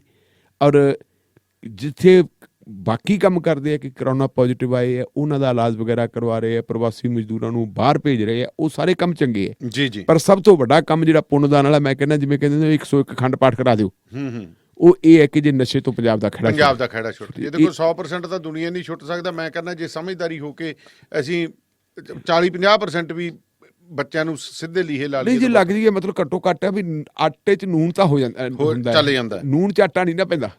ਉਹ ਨੂਨ 'ਚ ਆਟੇ ਵਾਲੀ ਗੱਲ ਖਤਮ ਹੋ ਜਾਏ, ਆਟੇ 'ਚ ਨਮਕ ਵਾਲੀ ਗੱਲ ਰਹਿ ਜੇ ਤਾਂ ਚਲੋ ਕੋਈ ਗੱਲ ਨਹੀਂ, ਇੰਨਾ ਕੁ ਤਾਂ ਰਹਿੰਦਾ ਹੀ ਰਹਿੰਦਾ। ਬਿਲਕੁਲ ਜੀ ਬਿਲਕੁਲ ਜੀ। ਤੇ ਉਧਰ ਜਿਵੇਂ ਤੁਸੀਂ ਗੱਲ ਕੀਤੀ ਹੈ, ਮਜ਼ਦੂਰਾਂ ਨੂੰ ਵੀ ਪੁੰਨ ਵਾਲਾ ਕੰਮ ਹੈ, ਘਰਾਂ ਨੂੰ ਵਿਚਾਰੇ ਤਰਸਦੇ ਨੇ। ਗੱਲ ਹੈ ਢਿੱਲੋਂ ਸਾਹਿਬ, ਜਿੰਨਾ ਮਰਜ਼ੀ ਪ੍ਰਦੇਸ਼ ਬਹਿ ਕੇ ਬੰਦਾ ਕਮਾ ਲੇ, ਵਿਪਤਾ ਦੇ ਵਿੱਚ ਘਰ ਯਾਦ ਆਉਂਦਾ। ਉਸੇ ਤਰ੍ਹਾਂ ਜਿਵੇਂ ਬੁਖਾਰ ਚੜੇ ਤੋਂ ਮਾਂ-ਬਾਪ ਯਾਦ ਆਉਂਦੇ ਨੇ ਨਾ। ਤੇ ਹੁਣ ਕਹਿੰਦੇ ਵੀ ਜਿਹੜੀਆਂ ਆਪਣੀਆਂ ਗੱਡੀਆਂ ਨੇ ਇਹਨਾਂ ਦੇ ਭਾੜੇ ਨਹੀਂ, ਕਹਿੰਦੇ ਕਾਂਗਰਸ ਕਹਿੰਦੀ ਹੈ ਵੀ ਜੇ, ਕਿਉਂਕਿ ਪਿੱਛੇ ਜੇ ਮੱਧ ਪ੍ਰਦੇਸ਼ ਤੋਂ ਖਬਰ ਆ ਗਈ ਸੀਗੀ, ਜਿਹੜੇ ਬੰਬੇ ਤੋਂ ਆਏ ਸੀਗੇ ਉਹਨਾਂ ਨੂੰ ਕਿਹਾ ਤਾਂ ਮੁਫਤ 'ਚ ਸੀਗਾ, ਜਦੋਂ ਉੱਥੇ ਉਤਰੇ ਆ ਕੇ ਭੋਪਾਲ ਤਾਂ 300 ਤੇ ਕਿੰਨੇ ਰੁਪਈਆਂ ਦੀ ਟਿਕਟ ਹੱਥ 'ਚ ਫੜਾਤੀ, ਪੈਸੇ ਲੈ ਲਏ ਸੀ। ਤੇ ਹੁਣ ਸੋਨੀਆ ਗਾਂਧੀ ਕਹਿੰਦੀ ਭਾਈ ਉਹਨਾਂ ਨੂੰ ਕਿਰਾਇਆ ਤੁਸੀਂ ਦੇ ਕੇ ਚੜਾਓ। ਦੇਖੋ, ਪਹਿਲੀ ਗੱਲ ਤਾਂ ਇਹ ਕਿ ਜਦੋਂ ਸਰਕਾਰ ਨੇ ਇਹ ਫੈਸਲਾ ਕੀਤਾ ਹੈ ਕਿ ਪ੍ਰਵਾਸੀ ਮਜ਼ਦੂਰਾਂ ਨੂੰ ਘਰੋਂ ਘਰੀ ਪਹੁੰਚਾਉਣ ਵਾਸਤੇ ਅਸੀਂ ਗੱਡੀਆਂ ਚਲਾਵਾਂਗੇ ਜੀ, ਉਦੋਂ ਇਹ ਕਿਹਾ ਗਿਆ ਸੀ ਕਿ ਰਜਿਸਟ੍ਰੇਸ਼ਨ ਕਰਵਾ ਦਿਓ, ਤੁਹਾਨੂੰ ਭਾਈ ਅਸੀਂ ਤੁਹਾਡੇ ਘਰਾਂ ਤੱਕ ਪਹੁੰਚਾਵਾਂਗੇ ਜੀ। ਪਰ ਜਦੋਂ ਉਹ ਪ੍ਰਵਾਸੀ ਮਜ਼ਦੂਰ ਰੇਲਵੇ ਸਟੇਸ਼ਨਾਂ ਦੇ ਪਹੁੰਚੇ, ਟ੍ਰੇਨ ਦੇ ਵਿੱਚ ਵੜਨ ਤੋਂ ਪਹਿਲਾਂ ਅਮਲੇ ਨੇ ਉਹਨਾਂ ਨੂੰ ਕਹਿਤਾ ਭਾਈ ਪਹਿਲਾਂ ਦੀਆਂ ਟਿਕਟਾਂ ਕਟਾਓ ਜੀ। ਕਿਸੇ ਨੇ ਕੋਈ ਮਾੜੀ ਮੋਟੀ ਕਮਾਈ ਸੀ ਕੋਲੇ, ਆਪਦੇ ਕੋਲੇ ਨਿੱਕੀ ਮੋਟੀ, ਉਹ ਕਿਸੇ ਨੇ ਕਿਸੇ ਦੋਸਤ ਮਿੱਤਰ ਤੋਂ ਫੜਿਆ, ਕੁਝ ਇੱਕ ਨੇ ਆਨਲਾਈਨ ਆਪਣੇ ਘਰਦਿਆਂ ਤੋਂ ਮੰਗਵਾਏ ਪੈਸੇ ਜੀ। ਘਰਦਿਆਂ ਕੋਲ ਹੁਣ ਤੁਸੀਂ ਇਹ ਪੁੱਛੋਗੇ ਵੀ ਕਿਵੇਂ ਆ ਗਏ, ਹਾਂਜੀ ਵਿਚਾਰੇ ਜਿਹੜੇ ਹੈਗੇ ਗਰੀਬ ਹੈ। ਉਹ ਮੈਂ ਇੰਟਰਵਿਊ ਦੇਖ ਰਿਹਾ ਸੀ ਕਿਸੇ ਜੀ ਲੜਕੇ ਦੀ ਜੀ ਜੀ, ਜਿਹੜਾ ਪ੍ਰਵਾਸੀ ਮਜ਼ਦੂਰ ਸੀ, ਉਹਨੇ ਦੱਸਿਆ, ਕਹਿੰਦਾ ਜੀ ਅਸਲ ਦੇ ਵਿੱਚ ਗੱਲ ਇਹ ਹੈ ਕਿ ਅਸੀਂ ਜਿਹੜੀ ਆਪਦੀ ਕਮਾਈ ਕਰਦੇ ਆ ਉਹ ਘਰਦਿਆਂ ਕੋਲ ਭੇਜਦੇ ਆ ਜੀ। ਉਹ ਥੋੜਾ ਬਹੁਤਾ ਰਿਜ਼ਰਵ ਰੱਖ ਲੈਂਦੇ ਆ, ਜਿਹਨੂੰ ਆਪਾਂ ਸੇਵਿੰਗ ਕਹਿ ਦਿੰਦੇ ਆ ਵੀ ਔਖੇ ਵੇਲੇ ਕਿਤੇ ਅਸੀਂ ਉਹ ਮੰਗਵਾਈ ਸੀ ਤੇ ਉਹਦਾ ਕਰਕੇ ਸਾਡਾ ਮਤਲਬ ਜਿਹੜਾ ਟਿਕਟਾਂ ਟੁਕਟਾਂ ਹੋ ਗਈਆਂ। ਹੁਣ ਸਵਾਲ ਇਹ ਹੈ ਕਿ ਨਤੀਸ਼ ਕੁਮਾਰ ਹੋਵੇ, ਸਾਰੀਆਂ ਸਟੇਟਾਂ ਵਾਲੇ ਨੇ ਸਭ ਨੇ ਜਵਾਬ ਦਿੱਤਾ ਜੀ ਅਸੀਂ, ਸਾਡੇ ਕੋਲ ਹੈ ਨਹੀਂ ਸੈਂਟਰ ਦੇ ਵੀ ਜੀ। ਸੈਂਟਰ ਵਾਲੇ ਕਹਿੰਦੇ ਸਾਡੇ ਕੋਲ ਹੈ ਨਹੀਂ। ਹੁਣ ਦਾਣੇ ਵਾਲੀਆ ਸਾਹਿਬ ਇਹ ਦੇਖੋ ਕਿ ਜਿਹੜੇ ਮਜ਼ਦੂਰ ਪ੍ਰਵਾਸੀ ਮਜ਼ਦੂਰਾਂ ਉਹਨਾਂ ਨੇ ਆਪੋ ਆਪਣੇ ਘਰਾਂ ਨੂੰ ਜਾਣਾ ਹੈ। ਜੀ। ਵੱਧ ਤੋਂ ਵੱਧ ਤੁਹਾਨੂੰ ਕੀ ਲੱਗਦਾ ਵੀ ਉਹਨਾਂ ਦਾ ਭਾੜਾ ਕਿਰਾਇਆ ਕਿੰਨਾ ਕੁ ਹੋ ਜਾਊਗਾ? ਜੇ ਪੈਸੇਂਜਰ ਤੇ ਜਾਈਏ 500 ਤੋਂ ਉੱਤੇ ਨਹੀਂ ਬਣਦਾ। ਨਹੀਂ, ਜੇ ਆਪਾਂ ਸਾਰਾ ਆਲ ਓਵਰ ਇੰਡੀਆ ਦਾ ਲਾ ਲਈਏ ਜਿੰਨੇ ਸੂਬੇ ਹੈ, ਮੈਂ ਕਿਹਾ ਜੀ ਜੇ ਰੇਲ ਗੱਡੀ ਦਾ ਪੂਰਾ ਬਣਾ ਲਓ, ਪੂਰਾ ਬਣਾ ਲਈ ਜੇ ਆਪਾਂ, ਮੇਰਾ ਖਿਆਲ ਹੈ ਵੀ ਇੱਕ ਸੂਬੇ ਨੂੰ 1 ਕਰੋੜ ਰੁਪਏ ਤੋਂ ਵੱਧ ਨਹੀਂ ਆਉਂਦਾ ਕਿਸੇ ਹਾਲਾਤ 'ਚ ਹੀ ਨਹੀਂ ਆਉਂਦਾ ਕਿਸੇ ਨਹੀਂ। ਤੇ ਜੇ ਆਪਾਂ ਦੇਖੀਏ ਵੀ ਬਿਹਾਰ ਵਾਲਿਆਂ ਨੂੰ ਤਾਂ ਕੀ, ਬਿਹਾਰ ਵਾਲੇ ਪੰਜਾਬ ਆਉਂਦੇ ਹੈ, ਯੂਪੀ ਵਾਲੇ ਪੰਜਾਬ ਆਉਂਦੇ ਹੈ, ਝਾਰਖੰਡ ਵਾਲੇ ਪੰਜਾਬ ਆਉਂਦੇ ਹੈ, ਕੁਛ ਲੋਕ ਦਿੱਲੀ ਆ ਜਾਂਦੇ ਹੈ, ਕੁਛ ਬੰਬੇ ਚਲੇ ਜਾਂਦੇ ਹੈ। ਇਸ ਹਿਸਾਬ ਦੇ ਨਾਲ ਮਤਲਬ 4-5 ਸਟੇਟਾਂ ਜਿੱਥੇ ਲੋਕ ਆਉਂਦੇ, ਵੱਧ ਤੋਂ ਵੱਧ ਮਤਲਬ 10 ਕਰੋੜ ਰੁਪਈਆ 15 ਕਰੋੜ ਰੁਪਈਏ ਤੋਂ ਵੱਧ ਲੱਗਦਾ ਨਹੀਂ। ਹੁਣ ਜਿਹੜਾ ਰੇਲਵੇ ਡਿਪਾਰਟਮੈਂਟ ਇਹ ਗੱਲ ਕਹਿੰਦਾ ਹੈ ਕਿ ਜੀ ਅਸੀਂ ਤਾਂ ਇਹਨਾਂ ਤੋਂ ਪੈਸੇ ਲੈਣੇ ਆ 10-15 ਕਰੋੜ ਰੁਪਈਆ, ਇਹਨਾਂ ਨੂੰ ਮੁਫਤ ਕਿਵੇਂ ਲੈ ਜਾਈਏ? ਉਹਦਾ ਤੁਸੀਂ ਆਪਦਾ ਰਿਕਾਰਡ ਦੇਖੋ। PM ਕੇਅਰਸ ਜੀ, ਨਰਿੰਦਰ ਮੋਦੀ ਸਾਹਿਬ ਨੇ ਇੱਕ ਫੰਡ ਯਾਦ ਕੀਤਾ। ਹਾਂਜੀ, ਉਹਦੇ ਵਿੱਚ ਰੇਲਵੇ ਕਿੰਨਾ ਪਾ ਰਿਹਾ ਜੀ? 151 ਕਰੋੜ। ਦੱਸੋ। ਉਧਰ 151 ਕਰੋੜ ਪਾ ਰਿਹਾ ਹੈ, ਇਧਰ ਜਿਹੜਾ ਹੈਗਾ 10-15 ਕਰੋੜ ਰੁਪਈਆ ਜਿਹੜਾ ਉਹਦਾ ਹਰਜਾ ਬਰਦਾਸ਼ਤ ਨਹੀਂ ਕਰ ਸਕਦਾ। ਸੁਬਰਾਮਨੀਅਮ ਸਵਾਮੀ ਉਹ ਕਾਂਗਰਸ ਦਾ ਲੀਡਰ ਨਹੀਂ ਹੈ, ਉਹ ਭਾਰਤੀ ਜਨਤਾ ਪਾਰਟੀ ਦਾ ਲੀਡਰ ਹੈ ਜੀ। ਉਹ ਰਾਜ ਸਭਾ ਦਾ ਮੈਂਬਰ ਵੀ ਹੈ। ਉਹਨੇ ਇੱਕ ਗੱਲ ਕਹੀ ਹੈ, ਨਰਿੰਦਰ ਮੋਦੀ ਸਾਹਿਬ ਨੂੰ ਅਹਿਸਾਸ ਕਰਾਇਆ ਲੂਣੇ ਥੋੜਾ ਜਿਹਾ ਜੀ। ਕਹਿੰਦਾ ਜਿਹੜੇ ਤਾਂ ਰੱਜੇ ਪੁੱਜੇ ਹੈ, ਵਿਦੇਸ਼ਾਂ ਦੇ ਵਿੱਚ ਗਏ ਹੈ, ਉਹਨਾਂ ਨੂੰ ਵਿਦੇਸ਼ਾਂ 'ਚੋਂ ਵਾਪਸ ਲਿਆਉਣ ਵਾਸਤੇ ਤੁਸੀਂ ਵਿਸ਼ੇਸ਼ ਫਲਾਈਟਾਂ ਦਾ ਪ੍ਰਬੰਧ ਕਰ ਰਹੇ ਹੋ ਜੀ। ਰੱਜਿਆਂ ਪੁੱਜਿਆਂ ਨੂੰ ਤੁਸੀਂ ਬਾਹਰਲੇ ਦੇਸ਼ਾਂ ਦੇ ਵਿੱਚੋਂ ਆਪਣੇ ਦੇਸ਼ ਦੇ ਵਿੱਚ ਲੈ ਕੇ ਆ ਰਹੇ ਹੋ। ਲੇਕਿਨ ਜਿਹੜੇ ਭੁੱਖਣ ਭਾਣੇ ਹੈ, ਜਿਨ੍ਹਾਂ ਨੂੰ ਲੋੜ ਹੈ ਘਰੋਂ ਘਰੀ ਜਾਣ ਦੀ, ਕਿਉਂਕਿ ਜਿੱਥੇ ਉਹ ਰੁਕੇ ਹੋਏ ਆ ਉੱਥੇ ਉਹਨਾਂ ਨੂੰ ਕਿਰਾਇਆ ਦੇਣਾ ਪੈਂਦਾ ਹੈ ਜੀ। ਬਗੈਰ ਕਿਰਾਏ ਤੋਂ ਰਹਿ ਨਹੀਂ ਸਕਦੇ। ਜਿਹੜੇ ਮਕਾਨ ਮਾਲਕ ਆ ਉਹਨਾਂ ਨੂੰ ਕੱਢਦੇ ਹੈ ਜੀ। ਮੋਦੀ ਸਾਹਿਬ ਨੇ ਕਹਿ ਦਿੱਤਾ ਸੀਗਾ ਇੰਡਸਟਰੀਲਿਸਟਾਂ ਨੂੰ ਕਿ ਤੁਸੀਂ ਆਪਣੇ ਮਜ਼ਦੂਰਾਂ ਨੂੰ ਹੋ ਸਕੇ ਤਾਂ ਤਨਖਾਹਾਂ ਦੇ ਦਿਓ। ਉਹਨਾਂ ਨੇ ਹੱਥ ਖੜੇ ਕਰਤੇ, ਕਹਿੰਦੇ ਸਾਡੇ ਕੋਲ ਪੈਸੇ ਹੈ ਨਹੀਂ, ਅਸੀਂ ਤੁਹਾਨੂੰ ਪੈਸੇ ਨਹੀਂ ਦੇ ਸਕਦੇ। ਉਹ ਵਿਚਾਰੇ ਪੈਦਲ ਤੁਰਦੇ, ਉਹਨਾਂ ਨੂੰ ਕੋਈ ਪੈਦਲ ਨਹੀਂ ਤੁਰਨ ਦਿੰਦਾ, ਉਹਨਾਂ ਨੂੰ ਬਾਰਡਰਾਂ ਤੇ ਰੋਕਿਆ ਜਾਂਦਾ ਹੈ, ਛਿੱਤਰ ਪਰੇਡ ਉਹਨਾਂ ਤੇ ਹੁੰਦੀ ਹੈ। ਕਈ ਥਾਵਾਂ ਤੇ ਵਿਚਾਰਿਆਂ ਨੇ ਹਿੰਮਤ ਕਰ ਲਈ, ਕੋਈ ਸਕੂਟਰਾਂ ਤੇ, ਮੋਟਰਸਾਈਕਲਾਂ ਤੇ, ਕੋਈ ਸਾਈਕਲਾਂ ਤੇ ਨਿਕਲ ਗਏ ਜੀ। ਕਈ ਵਿਚਾਰੇ ਰਾਹ ਦੇ ਵਿੱਚ ਜਾਂਦੇ ਮਰ ਵੀ ਗਏ। ਆਪਾਂ ਪਿਛਲੇ ਦਿਨਾਂ 'ਚ ਖਬਰ ਡਿਸਕਸ ਕੀਤੀ ਸੀ ਕਿ ਛੋਟੀ ਜੀ ਕੁੜੀ ਹੈ ਜਿਹੜੀ, ਢਿੱਲੋਂ ਸਾਹਿਬ, ਮੈਂ ਇੱਕ ਵੀਡੀਓ ਆਈ ਆਪਣੇ ਪੰਜਾਬ ਦੇ ਵਿਚਾਰੇ ਪੈਦਲ ਹੋ ਕੇ ਤੁਰੇ ਆਉਂਦੇ, ਉਹ ਕਰਨਾਟਕਾ ਤੋਂ ਕਿੱਥੇ ਵਿਚਾਰੇ 5 ਜਾਣੇ, ਇੱਕ ਬਜ਼ੁਰਗ ਉਹਨਾਂ ਦੇ ਨਾਲ। ਦੱਸੋ। ਬਿਲਕੁਲ ਇਹ ਸਾਰਾ ਕੁਝ ਜਿਹੜਾ ਹੈਗਾ, ਜਿਹੜਾ ਇਹ ਕੁਝ ਹੋ ਰਿਹਾ ਹੈ, ਤੇ ਸੁਬਰਾਮਨੀਅਮ ਸਵਾਮੀ ਦੀ ਯਾਦ ਆਉਂਦੀ ਤੇ ਉਹ ਕਹਿੰਦਾ PM ਕੇਅਰਸ ਨੂੰ ਫਿਰ ਅੱਗ ਲਾਉਣੀ। ਉਹ ਜਿਹੜਾ ਫੰਡ ਇਕੱਠਾ ਕੀਤਾ ਜਾ ਰਿਹਾ ਕਾਹਦੀ ਖਾਤਰ, ਜਿਹਦੇ ਵਿੱਚ 151 ਕਰੋੜ ਰੁਪਏ ਜਿਹੜੀ ਆ ਉਹ ਕੱਲਾ ਰੇਲਵੇ ਪਾ ਰਿਹਾ। ਇਹਨਾਂ ਹਾਲਾਤਾਂ ਦੇ ਵਿੱਚ ਅਚਨਚੇਤ ਕੱਲ ਪ੍ਰਗਟ ਹੋ ਗਈ ਮੀਡੀਆ ਦੇ ਸਾਹਮਣੇ ਸੋਨੀਆ ਗਾਂਧੀ ਜੀ। ਸੋਨੀਆ ਗਾਂਧੀ ਨੇ ਆ ਕੇ ਕਹਿ ਦਿੱਤਾ ਕਿ ਮੈਂ ਆਪਣੀਆਂ ਜਿਹੜੀਆਂ ਸੂਬਾ ਇਕਾਈਆਂ ਉਹਨਾਂ ਨੂੰ ਹੁਕਮ ਦਿੰਨੀ ਹੈ, ਤੇ ਉਹਨਾਂ ਦੇ ਨਾਲ ਡਿਸਕਸ ਹੋ ਗਿਆ ਕਿ ਜਿਹੜੇ ਪ੍ਰਵਾਸੀ ਮਜ਼ਦੂਰ ਹੈ ਜੀ, ਇਹਨਾਂ ਦਾ ਭਾੜਾ ਕਿਰਾਇਆ ਕਾਂਗਰਸ ਪਾਰਟੀ ਉੱਟੇ। ਕਿਉਂ ਉੱਟੇ? ਉਹਨੇ ਨਾਲ ਅਗਲੀ ਗੱਲ ਕੀਤੀ ਕਿ ਭਾਰਤ ਦੀ ਆਰਥਿਕਤਾ ਦੀ ਅਸਲ ਗਰਾਰੀ ਹੈ ਨਾ ਜਿਹੜੀ, ਉਹ ਇਹ ਮਜ਼ਦੂਰ ਹੈ। ਇਹਨਾਂ ਮਜ਼ਦੂਰਾਂ ਤੋਂ ਬਗੈਰ ਭਾਰਤ ਦੀ ਆਰਥਿਕਤਾ ਨਹੀਂ ਚੱਲਦੀ। ਸਾਡੇ ਇਹ ਭੈਣ ਭਰਾ, ਇਸ ਕਰਕੇ ਇਹਨਾਂ ਨੂੰ ਮਦਦ ਦੇਣੀ ਬਹੁਤ ਜ਼ਰੂਰੀ ਹੈ ਜੀ। ਲਓ ਜੀ, ਸੋਨੀਆ ਗਾਂਧੀ ਨੇ ਬਿਆਨ ਦਿੱਤਾ ਕਿ ਦੇ ਕੇ ਹਟੀ ਸੀ, ਤੇ ਨਾਲ ਦੀ ਨਾਲ ਹੀ ਬਿਹਾਰ ਦੇ ਵਿੱਚ ਲਾਲੂ ਪ੍ਰਸਾਦ ਯਾਦਵ ਦਾ ਮੁੰਡਾ ਤੇਜਸਵੀ ਯਾਦਵ ਜੀ, ਉਹ ਬੋਲ ਪਿਆ। ਉਹ ਨਤੀਸ਼ ਕੁਮਾਰ ਨੂੰ ਕਹਿੰਦਾ ਚਾਚਾ ਸ਼੍ਰੀ ਗੱਡੀਆਂ ਦਾ ਪ੍ਰਬੰਧ ਕਰੋ, ਭਾੜਾ ਮੈਂ ਦੇ ਦੂੰ ਸਾਰਾ, ਜਿਹੜਾ ਰਾਸ਼ਟਰੀ ਲੋਕਦਲ ਆ, ਪੈਸੇ ਅਸੀਂ ਦੇ ਦਾਂਗੇ, ਸਾਰਾ ਕਿਰਾਇਆ ਅਸੀਂ ਦੇ ਦਾਂਗੇ, ਤੁਸੀਂ ਮੰਗਾਓ, ਦਿਓ ਗੱਡੀਆਂ ਤੇ ਜੀ, ਗੱਡੀਆਂ ਦਾ ਪ੍ਰਬੰਧ ਕਰਵਾ ਲਓ। ਤੇ ਫਿਰ ਨਤੀਸ਼ ਕੁਮਾਰ ਵੀ ਕਹਿੰਦਾ ਨਹੀਂ ਜੀ, ਪੈਸੇ ਤਾਂ ਫਿਰ ਅਸੀਂ ਵੀ ਲਾਵਾਂਗੇ, ਅਸੀਂ ਉਤਰਦਿਆਂ ਨੂੰ ਉਹਨਾਂ ਦਾ ਭਾੜਾ ਵੀ ਦੇ ਦਿਆਂਗੇ ਤੇ ਨਾਲ 500 ਰੁਪਇਆ ਵੀ ਦੇ ਦਿਆਂਗੇ ਜੀ। ਮਤਲਬ ਤੁਸੀਂ ਦੇਖੋ ਕਿ ਇੱਕ ਲੀਡਰ ਨੇ ਇਹ ਗੱਲ ਕਹੀ ਕਿ ਅਸੀਂ ਦੇਵਾਂਗੇ, ਤੇ ਰੇਲਵੇ ਵਾਲਿਆਂ ਨੇ ਵੀ ਫਿਰ ਕੰਨ ਖੁਰਕਣੇ ਸ਼ੁਰੂ ਕਰਤੇ ਵੀ ਅਸੀਂ ਕਰ ਦਿੰਦੇ। ਨਹੀਂ ਜੀ, ਕਹਿੰਦੇ ਨਹੀਂ ਜੀ, ਇਸ ਤਾਂ ਕਿਸ ਤੋਂ ਭਾੜਾ ਮੰਗਦੇ ਨਹੀਂ। ਇਹ ਅਜੇ ਤੱਕ ਗੱਲਾਂ ਆਪਣੇ ਸਾਹਮਣੇ ਆਈ ਜਾਂਦੀਆਂ ਵੀ ਉਹਨਾਂ ਦੀਆਂ ਬਾਹਾਂ ਮਰੋੜੀ ਜਾਂਦੇ, ਪਰ ਹੁਣ ਕਹਿੰਦੇ ਜਿੰਨੀ ਦੇਰ 95% ਗੱਡੀ ਨਹੀਂ ਭਰਦੀ ਉਨੀ ਦੇਰ ਤੋਰੇ ਉਹਨਾਂ। ਉਹ ਤਾਂ ਅਗਲੀ ਆ ਗਈ। ਹੁਣ ਤਾਂ ਕਹਿੰਦੇ 85% ਕਹਿੰਦੇ ਜੀ ਸੈਂਟਰ ਦੇਊਗੀ ਤੇ 15% ਦੀ ਦੇਣਗੀਆਂ ਸਟੇਟ ਗਵਰਨਮੈਂਟ। ਹਾਂਜੀ, ਪਰ ਦੂਜੇ ਪਾਸੇ ਗੱਲ ਇਹ ਹੈ ਵੀ ਜਦੋਂ ਇਹ ਗੱਲ ਹੋ ਗਈ ਜੀ, ਉਹਨਾਂ ਨੇ ਕਹਿਤਾ ਜੀ ਅਸੀਂ, ਕਾਂਗਰਸ ਵਾਲੇ ਨੇ ਕਹਿਤਾ ਦੇਵਾਂਗੇ, ਤੇ ਅੱਜ ਪਹਿਲੀ ਗੱਡੀ ਚੱਲੀ ਕਿੱਥੋਂ ਹੈ ਜੀ? ਜਲੰਧਰ ਤੋਂ ਚੱਲੀ ਹੈ। ਅੱਛਾ, ਚੱਲ ਪਈ। ਔਰ ਪੰਜਾਬ ਸਰਕਾਰ ਨੇ ਨਰਿੰਦਰ ਮੋਦੀ ਸਾਹਿਬ ਦੇ ਜਿਵੇਂ ਕਹਿੰਦੇ ਹੁੰਦੇ ਐਨ ਮੋਹਰ ਲਾਤੀ। ਅੱਛਾ ਜੀ। ਸਾਰਾ ਕਿਰਾਇਆ ਜਿਹੜਾ ਹੈਗਾ ਪੰਜਾਬ ਸਰਕਾਰ ਨੇ ਭਰਤਾ ਉਹਨਾਂ ਦਾ। ਅੱਛਾ ਜੀ। 5-7 ਪਤਾ ਨਹੀਂ 10-12 ਲੱਖ ਰੁਪਈਆ ਬਣਦਾ। ਉਹ ਕਹਿੰਦੇ ਜੀ ਅਸੀਂ ਦੇਵਾਂਗੇ, ਆ ਜਿਹੜੇ ਮਜ਼ਦੂਰ ਆ ਜਾਣ ਦਿਓ ਜੀ, ਇਹਨਾਂ ਨੂੰ ਜਾਣ ਦਿਓ, ਤੁਸੀਂ ਆਪੋ ਆਪਣੇ ਘਰੋਂ ਕਰੀ। ਸੋ ਸੋਨੀਆ ਗਾਂਧੀ ਨੇ ਜਿਹੜੀ ਗੱਲ ਕਹੀ ਆ, ਉਸ ਨੇ ਥੋੜਾ ਜਿਹਾ ਮਤਲਬ ਹਲੂਣੇ ਹੂੰ ਤੇ ਪ੍ਰਵਾਸੀ ਮਜ਼ਦੂਰ ਜਿਹੜੇ ਉਹ ਆਪਣੇ ਘਰਾਂ ਨੂੰ ਜਾਣ ਵਾਸਤੇ ਥੋੜਾ ਉਹਨਾਂ ਨੂੰ ਦਾ ਵਿਚਾਰਿਆਂ ਦਾ ਮਤਲਬ ਜਿਹੜਾ ਉਹਨਾਂ ਨੂੰ ਸਾਹਸ ਖੁਆਲਾ ਹੈ ਜੀ। ਇੱਕ ਕਾਲ ਲੈ ਲਈਏ ਜੀ, ਫਿਰ ਆਪਾਂ ਅੱਗੇ ਇੱਕ ਕਰ ਲਈਏ ਜਲਦੀ ਨਾਲ। ਸਤਿ ਸ਼੍ਰੀ ਅਕਾਲ ਜੀ, ਆਨ 에ਅਰ 92164 ਤੇ। ਹੈਲੋ, ਹਾਂਜੀ ਹਾਂਜੀ, ਬੋਲੋ ਜੀ। ਹਾਂ ਬਾਈ ਜੀ, ਸਤਿ ਸ਼੍ਰੀ ਅਕਾਲ ਦੋਨੇ ਭਰਾਵਾਂ ਨੂੰ। ਸਤਿ ਸ਼੍ਰੀ ਅਕਾਲ ਜੀ, ਕੌਣ ਸਾਹਿਬ? ਗੁਰਦੀਪ ਸਿੰਘ ਖੋਸਾ ਸੇਲਵਰਾ ਤੋਂ ਬੋਲਦਾ ਜੀ, ਬੋਲੋ ਜੀ। ਸਰ। ਜਿਹੜਾ ਆਹ ਸ਼ਰਾਬ ਦਾ ਚੱਲਦਾ ਹੈ ਠੇਕਿਆਂ ਠੁਕਿਆਂ ਵਾਲਾ, ਜੀ ਵੀ ਨਾ ਤਾਂ ਇਹ ਪੰਜਾਬ 'ਚ ਪਹਿਲਾਂ ਤੋਂ ਰੁਕੀ ਆ, ਬਾਕੀ ਤਾਂ ਪੰਜਾਬੀਆਂ ਦੇ ਖਾਣੇ ਨੂੰ ਘਰੇ ਕੱਢ ਲਈ, ਘਰੇ ਬਣਾ ਲਈ, ਘਰੇ ਪੀ ਲਈ, ਹਨਾ। ਤੇ ਜਿਹੜਾ ਇਹਨਾਂ ਨੇ, ਮੈਂ ਕਹਿੰਦਾ ਵੀ ਇਕੱਲੀ ਸ਼ਰਾਬ, ਹੁਣ ਚਿੱਟਾ ਰੋਕਣ ਤੇ ਇਹ ਸਰਕਾਰ ਨੇ ਜ਼ੋਰ ਲਾ ਲਿਆ ਜੀ। ਉਹ ਬਣ ਗਿਆ ਬਹਾਨਾ ਕਰੋਨਾ ਦਾ, ਕੁੱਬੇ ਦੇ ਲੱਤ ਵਾਲੀ। ਵੀ ਜਿਹੜੇ ਬੰਦੇ ਫੀਮ ਭੁੱਕੀ ਖਾਂਦੇ, ਜਿਨ੍ਹਾਂ ਦਾ ਮੇਰੇ ਨਾਲ ਬਾਹਰ ਹੈ, ਮੈਂ ਕਹਿੰਦਾ ਤੁਸੀਂ ਫੀਮ ਜਾਂ ਭੁੱਕੀ ਜਿਹੜਾ ਬੰਦਾ ਖਾਂਦਾ ਉਹਨੂੰ ਦੇ ਦਿਓ, ਜਾਂ ਆਮ ਨੂੰ ਵੀ ਦੇ ਦਿਓ। ਜੇ ਉਹਨੂੰ ਕਰੋਨਾ ਤਾਂ ਕੀ ਕਿਸੇ ਕਿਸਮ ਦੀ ਤਕਲੀਫ ਜਿਹੜੀ ਮੈਂ ਅਮਲੀਆਂ ਚਲੋ ਤੁਸੀਂ ਉਹ ਚੀਜ਼ ਪ੍ਰਮੋਟ ਨਾ ਕਰੋ ਜੀ, ਇਲੀਗਲ ਹੈ ਇਹ ਗੱਲ ਕਹਿਣੀ ਵੀ ਭੁੱਕੀ ਖਾ ਕੇ ਕਰੋਨਾ। ਨਹੀਂ ਉਹ ਨਹੀਂ ਗੱਲ ਮੈਂ ਨਹੀਂ ਬਾਈ ਜੀ ਪਲੀਜ਼। ਹਾਂ ਉਹ ਇਹ ਗੱਲ ਗਲਤ ਹੁੰਦੀ ਹੈ ਉਹ ਨਾ ਬਾਈ ਜੀ। ਜਿਹੜੀ ਗੱਲ ਹੈ ਵੀ ਇਹ ਜਿਹੜਾ ਕੁਝ ਬੰਦ ਕਰੀ ਜਾਂਦੇ ਆ ਹੁਣ ਨਾ, ਜਿੰਨਾ ਉਹਨਾਂ ਕਰੋਨਾ ਨਾਲ ਨੁਕਸਾਨ ਨਹੀਂ ਹੋਣਾ ਜਿੰਨਾ ਜਿਹੜੇ ਅਮਲੀ ਹਸਪਤਾਲਾਂ 'ਚ ਬੈਠੇ ਜਿੰਦਾਬਾਦ ਮੁਰਦਾਬਾਦ ਕਰੀ। ਬਿਲਕੁਲ ਬਿਲਕੁਲ, ਮਿਹਰਬਾਨੀ। ਇੱਕ ਗੱਲ ਜੀ ਢਿੱਲੋਂ ਸਾਹਿਬ, ਆਪਾਂ ਜਲਦੀ ਨਾਲ ਫਿਰ ਇੱਕ ਹੋਰ ਖਬਰ ਕਰ ਲਈਏ। ਕੇਂਦਰ ਦੀਆਂ ਕਿਹੜੀਆਂ ਹਦਾਇਤਾਂ ਜਿਹਦੇ ਕਾਰਨ ਸਰਕਾਰ ਦੇ ਗਲ ਗੁੱਠਾ ਆ ਸਕਦਾ ਜੀ? ਇੱਕ ਤਾਂ ਹਦਾਇਤ ਇਹ ਹੈ ਜੀ ਕੇਂਦਰ ਦੀ, ਕੇਂਦਰ ਕਹਿੰਦੇ ਜਿਹੜੇ ਪ੍ਰਵਾਸੀ ਮਜ਼ਦੂਰ ਆ, ਪਹਿਲਾਂ ਤਾਂ ਕਿਹਾ ਸੀ ਸਾਰਿਆਂ ਨੂੰ ਕੱਢਣ ਦੀ ਯੋਜਨਾ। ਜੀ ਜੀ। ਹੁਣ ਕਹਿਤਾ ਕਿ ਜਿਹੜੇ ਲੋਕ ਕਿਸੇ ਸੂਬੇ ਦੇ ਵਿੱਚ ਕੱਚੀ ਜਾਂ ਪੱਕੀ ਨੌਕਰੀ ਕਰਦੇ ਆ। ਅੱਛਾ ਜੀ। ਕੱਚੀ ਦਾ ਤਾਂ ਭਾਵ ਇਹ ਹੈ ਜੀ ਦਿਹਾੜੀਦਾਰ ਕੰਮਾਂ ਵੀ ਹੈ। ਹੂੰ। ਪੱਕੀ ਦਾ ਮਤਲਬ ਇਹ ਹੈ ਵੀ ਜੇ ਕੋਈ ਕੰਟਰੈਕਟ ਤੇ ਵੀ ਲੱਗਿਆ ਹੋਇਆ, ਜੀ। ਚਾਹੇ ਉਹ ਪ੍ਰਾਈਵੇਟ ਕੋਲੇ ਕਰਦੇ ਤੇ ਚਾਹੇ ਉਹ ਸਰਕਾਰ ਕੋਲੇ ਕਰਦੇ। ਜੀ। ਕਹਿੰਦੇ ਜੀ ਉਹਨਾਂ ਨੂੰ ਅਸੀਂ ਇਹ ਮੰਨਾਂਗੇ ਕਿ ਉਹ ਇਸੇ ਸੂਬੇ ਦੇ ਪੱਕੇ ਵਸਨੀਕ ਹੈ। ਅੱਛਾ। ਉਹਨਾਂ ਨੂੰ ਨਹੀਂ ਬਾਹਰ ਕੱਢਿਆ ਜਾਊਗਾ। ਇੱਕ ਤਾਂ ਇਹ ਹਦਾਇਤ ਹੈ।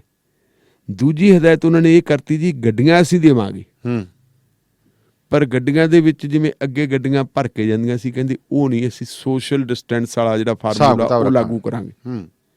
ਸੋਸ਼ਲ ਡਿਸਟੈਂਸ ਦੇ ਵਿੱਚ ਕੀ ਹੈ? ਕਹਿੰਦੇ ਜੀ ਇੱਕ ਟ੍ਰੇਨ ਹੈ ਜਿਹੜੀ, ਪਤਾ ਨਹੀਂ ਬੋਗੀਆਂ ਕਿੰਨੀਆਂ ਲੱਗੀਆਂ ਹੋਣਗੀਆਂ, ਇੱਕ ਟ੍ਰੇਨ ਦੇ ਵਿੱਚ ਸਿਰਫ ਤੇ ਸਿਰਫ 1200 ਬੰਦਾ ਜਾ ਸਕੂਗਾ ਜੀ। ਹੁਣ ਸਵਾਲ ਇਹ ਪੈਦਾ ਹੁੰਦਾ ਕਿ ਜਿਹੜੇ ਪ੍ਰਵਾਸੀ ਮਜ਼ਦੂਰ ਰੇਲਵੇ ਸਟੇਸ਼ਨਾਂ ਤੇ ਆਉਣਗੇ ਜੀ, ਸਟੇਸ਼ਨਾਂ ਤੇ ਆਉਣ ਤੱਕ ਕੀ ਸੋਸ਼ਲ ਡਿਸਟੈਂਸ ਉਹਨਾਂ ਦਾ ਰਹਿ ਜਾਊਗਾ? ਨਹੀਂ ਰਹਿਣਾਗਾ। ਉਹ ਟੋਲੀਆਂ ਬਣਾ ਕੇ ਆਉਣਗੇ। ਪਹਿਲੀ ਗੱਲ ਤਾਂ ਤੁਰ ਕੇ ਉਹਨਾਂ ਨੂੰ ਕਿਸੇ ਨੇ ਕੋਈ ਗੱਲ ਕਰਨੀ ਨਹੀਂ। ਪਰ ਇਹ ਪੰਜਾਬ ਸਰਕਾਰ ਦਾ ਮੈਂ ਸਮਝਦਾ ਵੀ ਭਲਾ ਹੋਵੇ ਜੀ। ਇਹਨਾਂ ਨੇ ਅੱਜ ਜਿਹੜੇ ਲੋਕਾਂ ਨੂੰ ਜਲੰਧਰ ਤੋਂ ਤੋਰਿਆ ਉਹਨਾਂ ਨੂੰ ਵੱਖ-ਵੱਖ ਕਲਸਟਰ ਬਣਾ ਕੇ ਉੱਥੋਂ ਬੱਸਾਂ ਦੇ ਵਿੱਚ ਚੜਾ ਕੇ ਲੈ ਕੇ ਆਏ ਜੀ। ਹੁਣ ਬੱਸਾਂ 'ਚ ਚੜਾ ਕੇ ਲਿਆਂਦੇ, ਬੱਸਾਂ 'ਚ ਆਪਾਂ ਨੂੰ ਪਤਾ ਹੈ ਜਿੰਨਾ ਮਰਜ਼ੀ ਕਹਿ ਦੇਣ ਜੀ ਹੁਣ ਜਿਹੜਾ ਅੱਗੇ ਹੱਥ ਲਾ ਕੇ ਤੁਰ ਗਿਆ ਪੈਪ ਤੇ, ਉਹ ਜਿਵੇਂ ਆਪਾਂ ਕਹਿੰਦੇ ਵੀ ਹੈਂਡਲਾਂ ਤੇ ਵੀ ਰਹਿ ਜਾਂਦੀ ਹੈ, ਤੇ ਉਹਦਾ ਕਿਵੇਂ ਕਹਿਣਾ? ਨਾ ਤਾਂ ਜਹਾਜ਼ਾਂ 'ਚ ਰਹਿ ਜਾਂਦੇ ਆ, ਬੱਸਾਂ ਦਾ ਤਾਂ ਹੋਣੀ ਸੀ। ਹਾਂ। ਟ੍ਰੇਨ ਦੇ ਵਿੱਚ ਵੀ ਜਾਊਗਾ। ਮਤਲਬ ਉਹ ਇਸ ਕਿਸਮ ਦੇ ਨਾ ਅੜਿੱਕੇ ਖੜੇ ਕਰ ਦਿੱਤੇ ਆ ਕਿ ਜਿਹੜੀਆਂ ਸੂਬਾ ਸਰਕਾਰਾਂ, ਹੁਣ ਸੂਬਾ ਸਰਕਾਰਾਂ ਹੈ ਕਿਹੜੀਆਂ ਪਹਿਲਾਂ ਵੀ ਆਪਾਂ ਗੱਲ ਕਰ ਚੁੱਕੇ ਹਾਂ, ਆਹੀ 3-4 ਨੇ, 3-4 ਸੂਬੇ ਹੈ। ਇਹ ਸਰਕਾਰਾਂ ਉਹ ਹੈ ਜਿੱਥੇ ਭਾਰਤੀ ਜਨਤਾ ਪਾਰਟੀ ਦੀਆਂ ਨਹੀਂ, ਗੈਰ ਭਾਜਪਾ ਸਰਕਾਰ ਹੈ। ਹੁਣ ਗੈਰ ਭਾਜਪਾ ਸਰਕਾਰਾਂ ਦੇ ਜਿਹੜੀ ਹੈ ਦੇ ਲਈ ਮੁਸੀਬਤਾਂ ਖੜਾ ਕਰਨੀਆਂ, ਉਹਨਾਂ ਦੇ ਰਾਹਾਂ ਦੇ ਵਿੱਚ ਕੰਡੇ ਬੀਜੇ ਜਾ ਰਹੇ ਜੀ, ਕਿ ਮਤਲਬ ਵੀ ਦੁੱਧ ਵੀ ਦੇਣਾ ਹੈ ਤੇ ਮੀਂਗਣਾ ਵੀ ਵਿੱਚ ਘੋਲਣੀ ਹੈ। ਉਹ ਮੀਂਗਣਾ ਘੋਲਣ ਵਾਲੀ ਗੱਲ ਕਰ ਰਹੇ ਹੈ। ਚਾਹੀਦਾ ਤਾਂ ਇਹ ਹੈ ਕਿ ਉਹ ਲੋਕ ਵਿਚਾਰੇ ਜਿਹੜੇ ਹੈਗੇ ਆ, ਜਿਹੜੇ ਪੈਦਲ ਤੁਰ ਕੇ ਵੀ ਜਾਂਦੇ ਆ ਘਰਾਂ ਨੂੰ, ਸੋਸ਼ਲ ਡਿਸਟੈਂਸ ਤਾਂ ਉੱਥੇ ਵੀ ਨਹੀਂ ਰਹਿ ਗਿਆ। ਬਰੇਲੀ ਦੇ ਕੋਲੇ ਇੱਕ ਜਥਾ ਗਿਆ ਸੀ ਜਿਹਨਾਂ ਦੇ ਉੱਤੇ ਸਪਰੇਅ ਕੀਤੀ ਇਹਨਾਂ ਨੇ। ਦੱਸੋ ਕਿਵੇਂ ਕੀਤੀ? ਹਾਂ, ਉਹ ਸਪਰੇਅ ਕਰਤੀ ਤੁਸੀਂ, ਉੱਥੇ ਸੋਸ਼ਲ ਡਿਸਟੈਂਸ ਤਾਂ ਥੋੜਾ ਖਤਮ, ਤੁਸੀਂ ਉਹਨੂੰ ਖਤਮ ਕਰਤਾ। ਹੁਣ ਰਾਹਤ ਜਾਂਦੇ ਨੂੰ ਕਿਵੇਂ ਕਰੋਗੇ? ਜਿਹੜਾ ਜੇ ਸਾਡੇ ਇੱਥੋਂ ਗਏ ਆ, ਆਪਣੇ ਹਜੂਰ ਸਾਹਿਬ ਗਏ ਹੈ, ਸਾਡੇ ਕੁਝ ਡਰਾਈਵਰ ਗਏ ਹੈ ਜੀ, ਉਹ ਡਰਾਈਵਰਾਂ ਦੇ ਵਿੱਚ ਉਹਨਾਂ ਨੂੰ ਕੁਆਰੰਟਾਈਨ ਕੀਤਾ ਹੋਇਆ। ਅਜੇ ਤੱਕ ਚਲੋ ਠੀਕ ਹੈ, ਜੇ ਰਿਜ਼ਲਟ ਉਹਨਾਂ ਦਾ ਨੈਗੇਟਿਵ ਆਏ ਤਾਂ ਵਾਹ ਭਲੀ, ਲੇਕਿਨ ਉਹ ਤੋਂ ਪਹਿਲਾਂ ਜਿਹੜੇ ਡਰਾਈਵਰ ਉੱਥੋਂ ਦੀਆਂ ਗੱਡੀਆਂ ਲੈ ਕੇ ਇੱਥੇ ਛੱਡਣ ਆਏ ਸੀ, ਹਾਂਜੀ, ਉਹਨਾਂ ਦੇ ਵਿੱਚ 3 ਪੋਜ਼ਿਟਿਵ ਆ ਗਏ। ਦੱਸੋ, ਇਹ ਮਤਲਬ ਇਸ ਕਿਸਮ ਦੀਆਂ ਜਿਹੜੀਆਂ ਵਹਿਬਤਾਂ ਹੈਗੀਆਂ ਸੈਂਟਰ ਸਰਕਾਰਾਂ ਦੀਆਂ, ਉਹ ਤੰਗ ਕਰਦੀਆਂ ਲੋਕਾਂ ਨੂੰ। ਸੋਸ਼ਲ ਡਿਸਟੈਂਸ ਰਹਿ ਹੀ ਨਹੀਂ ਸਕਦਾ। ਸੋਸ਼ਲ ਡਿਸਟੈਂਸ ਤਾਂ ਉੱਥੇ ਹੈ ਜਿੱਥੇ ਬੰਦਿਆਂ ਨੂੰ ਪੂਰੀ ਤਰ੍ਹਾਂ ਸਿਵਲਾਈਜ਼, ਪੜ੍ਹੇ ਲਿਖੇ ਹੋਣ, ਸਿਵਲਾਈਜ਼ਡ ਹੋਣ, ਉਹਦੇ 'ਚ ਰਹਿ ਸਕਦੇ ਜੀ। ਸੋ ਪ੍ਰੋਗਰਾਮ ਸ਼ਮਾਦਾਨ ਦੇ ਵਿੱਚ ਤੁਸੀਂ ਇਸ ਵਕਤ ਰੇਡੀਓ ਪੰਜਾਬ ਟੂਡੇ ਦੇ ਬਠਿੰਡਾ ਸਟੂਡੀਓ ਜੁੜੇ ਹੋਏ ਜੀ। ਇੱਕ ਬ੍ਰੇਕ ਲੈ ਲਈਏ, ਬ੍ਰੇਕ ਤੋਂ ਬਾਅਦ ਫਿਰ ਸਰਦਾਰ ਜਸਵੀਰ ਸਿੰਘ ਭੱਟੀ ਹੋਰੀ ਸਾਡੇ ਨਾਲ ਜੁੜਨਗੇ। JB Truck Repair, Yuba City, Certified Cummins, Detroit Freightliner, Western Star, Volvo, Caterpillar ਅਤੇ Series 60 ਇੰਜਨਸ, ਇੰਟਰਨੈਸ਼ਨਲ ਅਤੇ ਆਟੋਮੈਟਿਕ ਟਰਾਂਸਮਿਸ਼ਨਸ, 5 ਸਾਲ ਦਾ ਫਰੇਟਲਾਈਨ ਡੀਲਰਸ਼ਿਪ ਦਾ ਐਕਸਪੀਰੀਅੰਸ। ਇਹ engine, truck, trailer, AC, electrical, DPF, DEF repair ਕਰਦੇ ਹਨ। Transmission, rear and, brakes, oil change ਕਰ ਦਿੰਦੇ ਹਨ। Certified 90 ਡੇ DOT inspection ਅਤੇ certified annual federal DOT inspection ਕਰਦੇ ਹਨ। 100 ਮਾਈਲ ਦੇ ਰੇਡੀਅਸ ਵਿੱਚ ਰੋਡ ਅਸਿਸਟੈਂਸ 24/7। ਨਵੇਂ ਕਸਟਮਰਸ ਲਈ 10% ਡਿਸਕਾਊਂਟ। ਹਫਤੇ ਦੇ 7 ਦਿਨ ਸਵੇਰੇ 7 ਤੋਂ ਸ਼ਾਮੀ 7 ਵਜੇ ਤੱਕ ਖੁੱਲੇ ਰਹਿੰਦੇ ਹਨ। ਹੋਰ ਜਾਣਕਾਰੀ ਲਈ ਕਾਲ ਜਗਰੂਪ ਬੋਇਲ 916 696 0634 ਜਾਂ ਜਗਰਾਜ ਬਲ 530 339 15। Address 3894 rail road avenue, Yuba city. ਇੱਥੇ ਹੁਣ ਟਰੱਕਾਂ ਦੇ ਯੂਜ਼ਡ ਤੇ ਬ੍ਰਾਂਡ ਨਿਊ ਟਾਇਰ ਵੀ ਮਿਲਦੇ ਹਨ। PGI ਚੰਡੀਗੜ੍ਹ ਅਤੇ ਮੈਕਸ ਹਸਪਤਾਲ ਬਠਿੰਡਾ ਦੇ ਮਾਨਸਿਕ ਰੋਗਾਂ ਅਤੇ ਨਸ਼ਾ ਛੁਡਾਉਣ ਦੇ ਮਾਹਿਰ ਡਾਕਟਰ ਸਤੀਸ਼ ਥਾਪਰ ਹੁਣ ਆਪਣੇ ਕਲੀਨਿਕ ਵਿੱਚ ਹਰ ਰੋਜ਼ ਸਵੇਰੇ 9 ਵਜੇ ਤੋਂ 12 ਵਜੇ ਤੱਕ ਅਤੇ ਫਿਰ 2 ਵਜੇ ਤੋਂ ਲੈ ਕੇ ਸ਼ਾਮ 7 ਵਜੇ ਤੱਕ ਸਲਾਹ ਲਈ ਮਿਲਣਗੇ। ਪਤਾ ਨੋਟ ਕਰ ਲਓ, doctor Satish Thapar, integrative psychiatric care, ਸਾਹਮਣੇ ਗੁਰਦੁਆਰਾ ਸਾਹਿਬ, ਨਾਮਦੇਵ ਰੋਡ, ਬਠਿੰਡਾ। ਸੰਪਰਕ ਨੰਬਰ 9814 32345 ਯਾਨੀ ਕਿ 9814232345। ਓਏ ਮੇਰੇ ਵੀਰ, ਮੈਨੂੰ ਬਸ ਇੱਕ ਗੱਲ ਦੱਸ ਦੇ ਵੀ ਆ ਜਿਹੜੀ ਤੂੰ ਟਰੈਵਲਿੰਗ ਕਰਦਾ ਤੇ ਉਹਦੇ ਤੋਂ ਬਾਅਦ ਫਰੈਸ਼ ਰਹਿਣਾ, ਇਹਦਾ ਰਾਜ਼ ਕੀ ਹੈ? ਇਹਦਾ ਰਾਜ਼ ਹੈ Arlington fuel stop. Arlington fuel stop 1801 pioneer street highway, exit 208 ਤੇ, ਜਿੱਥੇ ਤੁਹਾਨੂੰ ਫ੍ਰੀ ਕਾਫੀ, free fax service, free truck parking, ਰੋਟੀ, ਠੇਕਾ, ਲਾਂਡਰੀ, ਸ਼ਾਵਰ ਤੇ ਟਰੱਕਾਂ ਦਾ ਹੋਰ ਵੀ ਸਾਮਾਨ ਆਸਾਨੀ ਨਾਲ ਮਿਲੇਗਾ। ਹੁਣੇ ਕਾਲ ਕਰੋ 360 652 6066 ਯਾਨੀ 360652 6066। ਇਹ 2 ਲੋਕੇਸ਼ਨਾਂ ਤੋਂ ਸੇਵਾਵਾਂ ਪ੍ਰਦਾਨ ਕਰਦੇ ਨੇ। Second location Lost Hill travel center 14814 ਐਲੋਮ street, Lost Hills. Phone number 661 797 2354।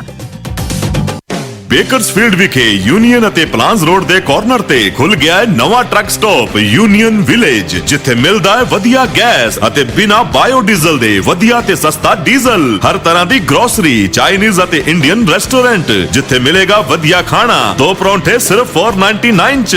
Truck driver ਵੀਰਾਂ ਲਈ 2 ਗੋ ਅਤੇ ਬੈਠ ਕੇ ਖਾਣ ਲਈ ਵਧੀਆ ਜਗ੍ਹਾ। ਨਵੇਂ ਅਤੇ ਪੁਰਾਣੇ ਟਾਇਰਾਂ ਲਈ ਅਤੇ ਟਰੱਕਾਂ ਦੀ ਮਾਈਨਰ ਰਿਪੇਅਰ ਲਈ ਅੱਜ ਹੀ ਕਾਲ ਕਰੋ ਸੁਖੀ ਘੁੰਮਣ 661 885 8858 661 885 8858। Address 2201 south union avenue, Bakersfield, California 93307। Union village. Trucking ਵਾਲੇ ਵੀਰੋ ਧਿਆਨ ਨਾਲ ਸੁਣੋ। ਟਰੱਕ ਜਿੱਦਾਂ ਦਾ ਵੀ ਚਲਾਉਨੇ ਹੋ, ਮੈਨੂਅਲ ਜਾਂ ਆਟੋਮੈਟਿਕ, ਕੁਇਕ ਟਰੱਕ ਲਿਊਬ ਚੇਤੇ ਆਹੀ ਨਾ ਰੱਖਿਓ। ਟਰੱਕ ਦੀ ਵਧੀਆ ਸਰਵਿਸ ਲਈ ਕੁਇਕ ਟਰੱਕ ਲਿਊਬ। ਲਓ ਜੀ, ਤੀਜੀ ਲੋਕੇਸ਼ਨ ਵੀ ਖੋਲਤੀ ਆ, ਐਗਜ਼ਿਟ 579 ਫਰਮ ਹਾਈਵੇ 401 ਇਨ ਨਾਪਨੀ। ਆਹੋ ਜੀ, ਕੋਈ ਅਪਾਇੰਟਮੈਂਟ ਨਹੀਂ, drive through facility. Exit 579 firm highway 401 in ਨਾਪਨੀ। Quick truck lube, the one stop shop। 5196220660 ਜਾਂ quicktrucklube.com। QTL, because we care।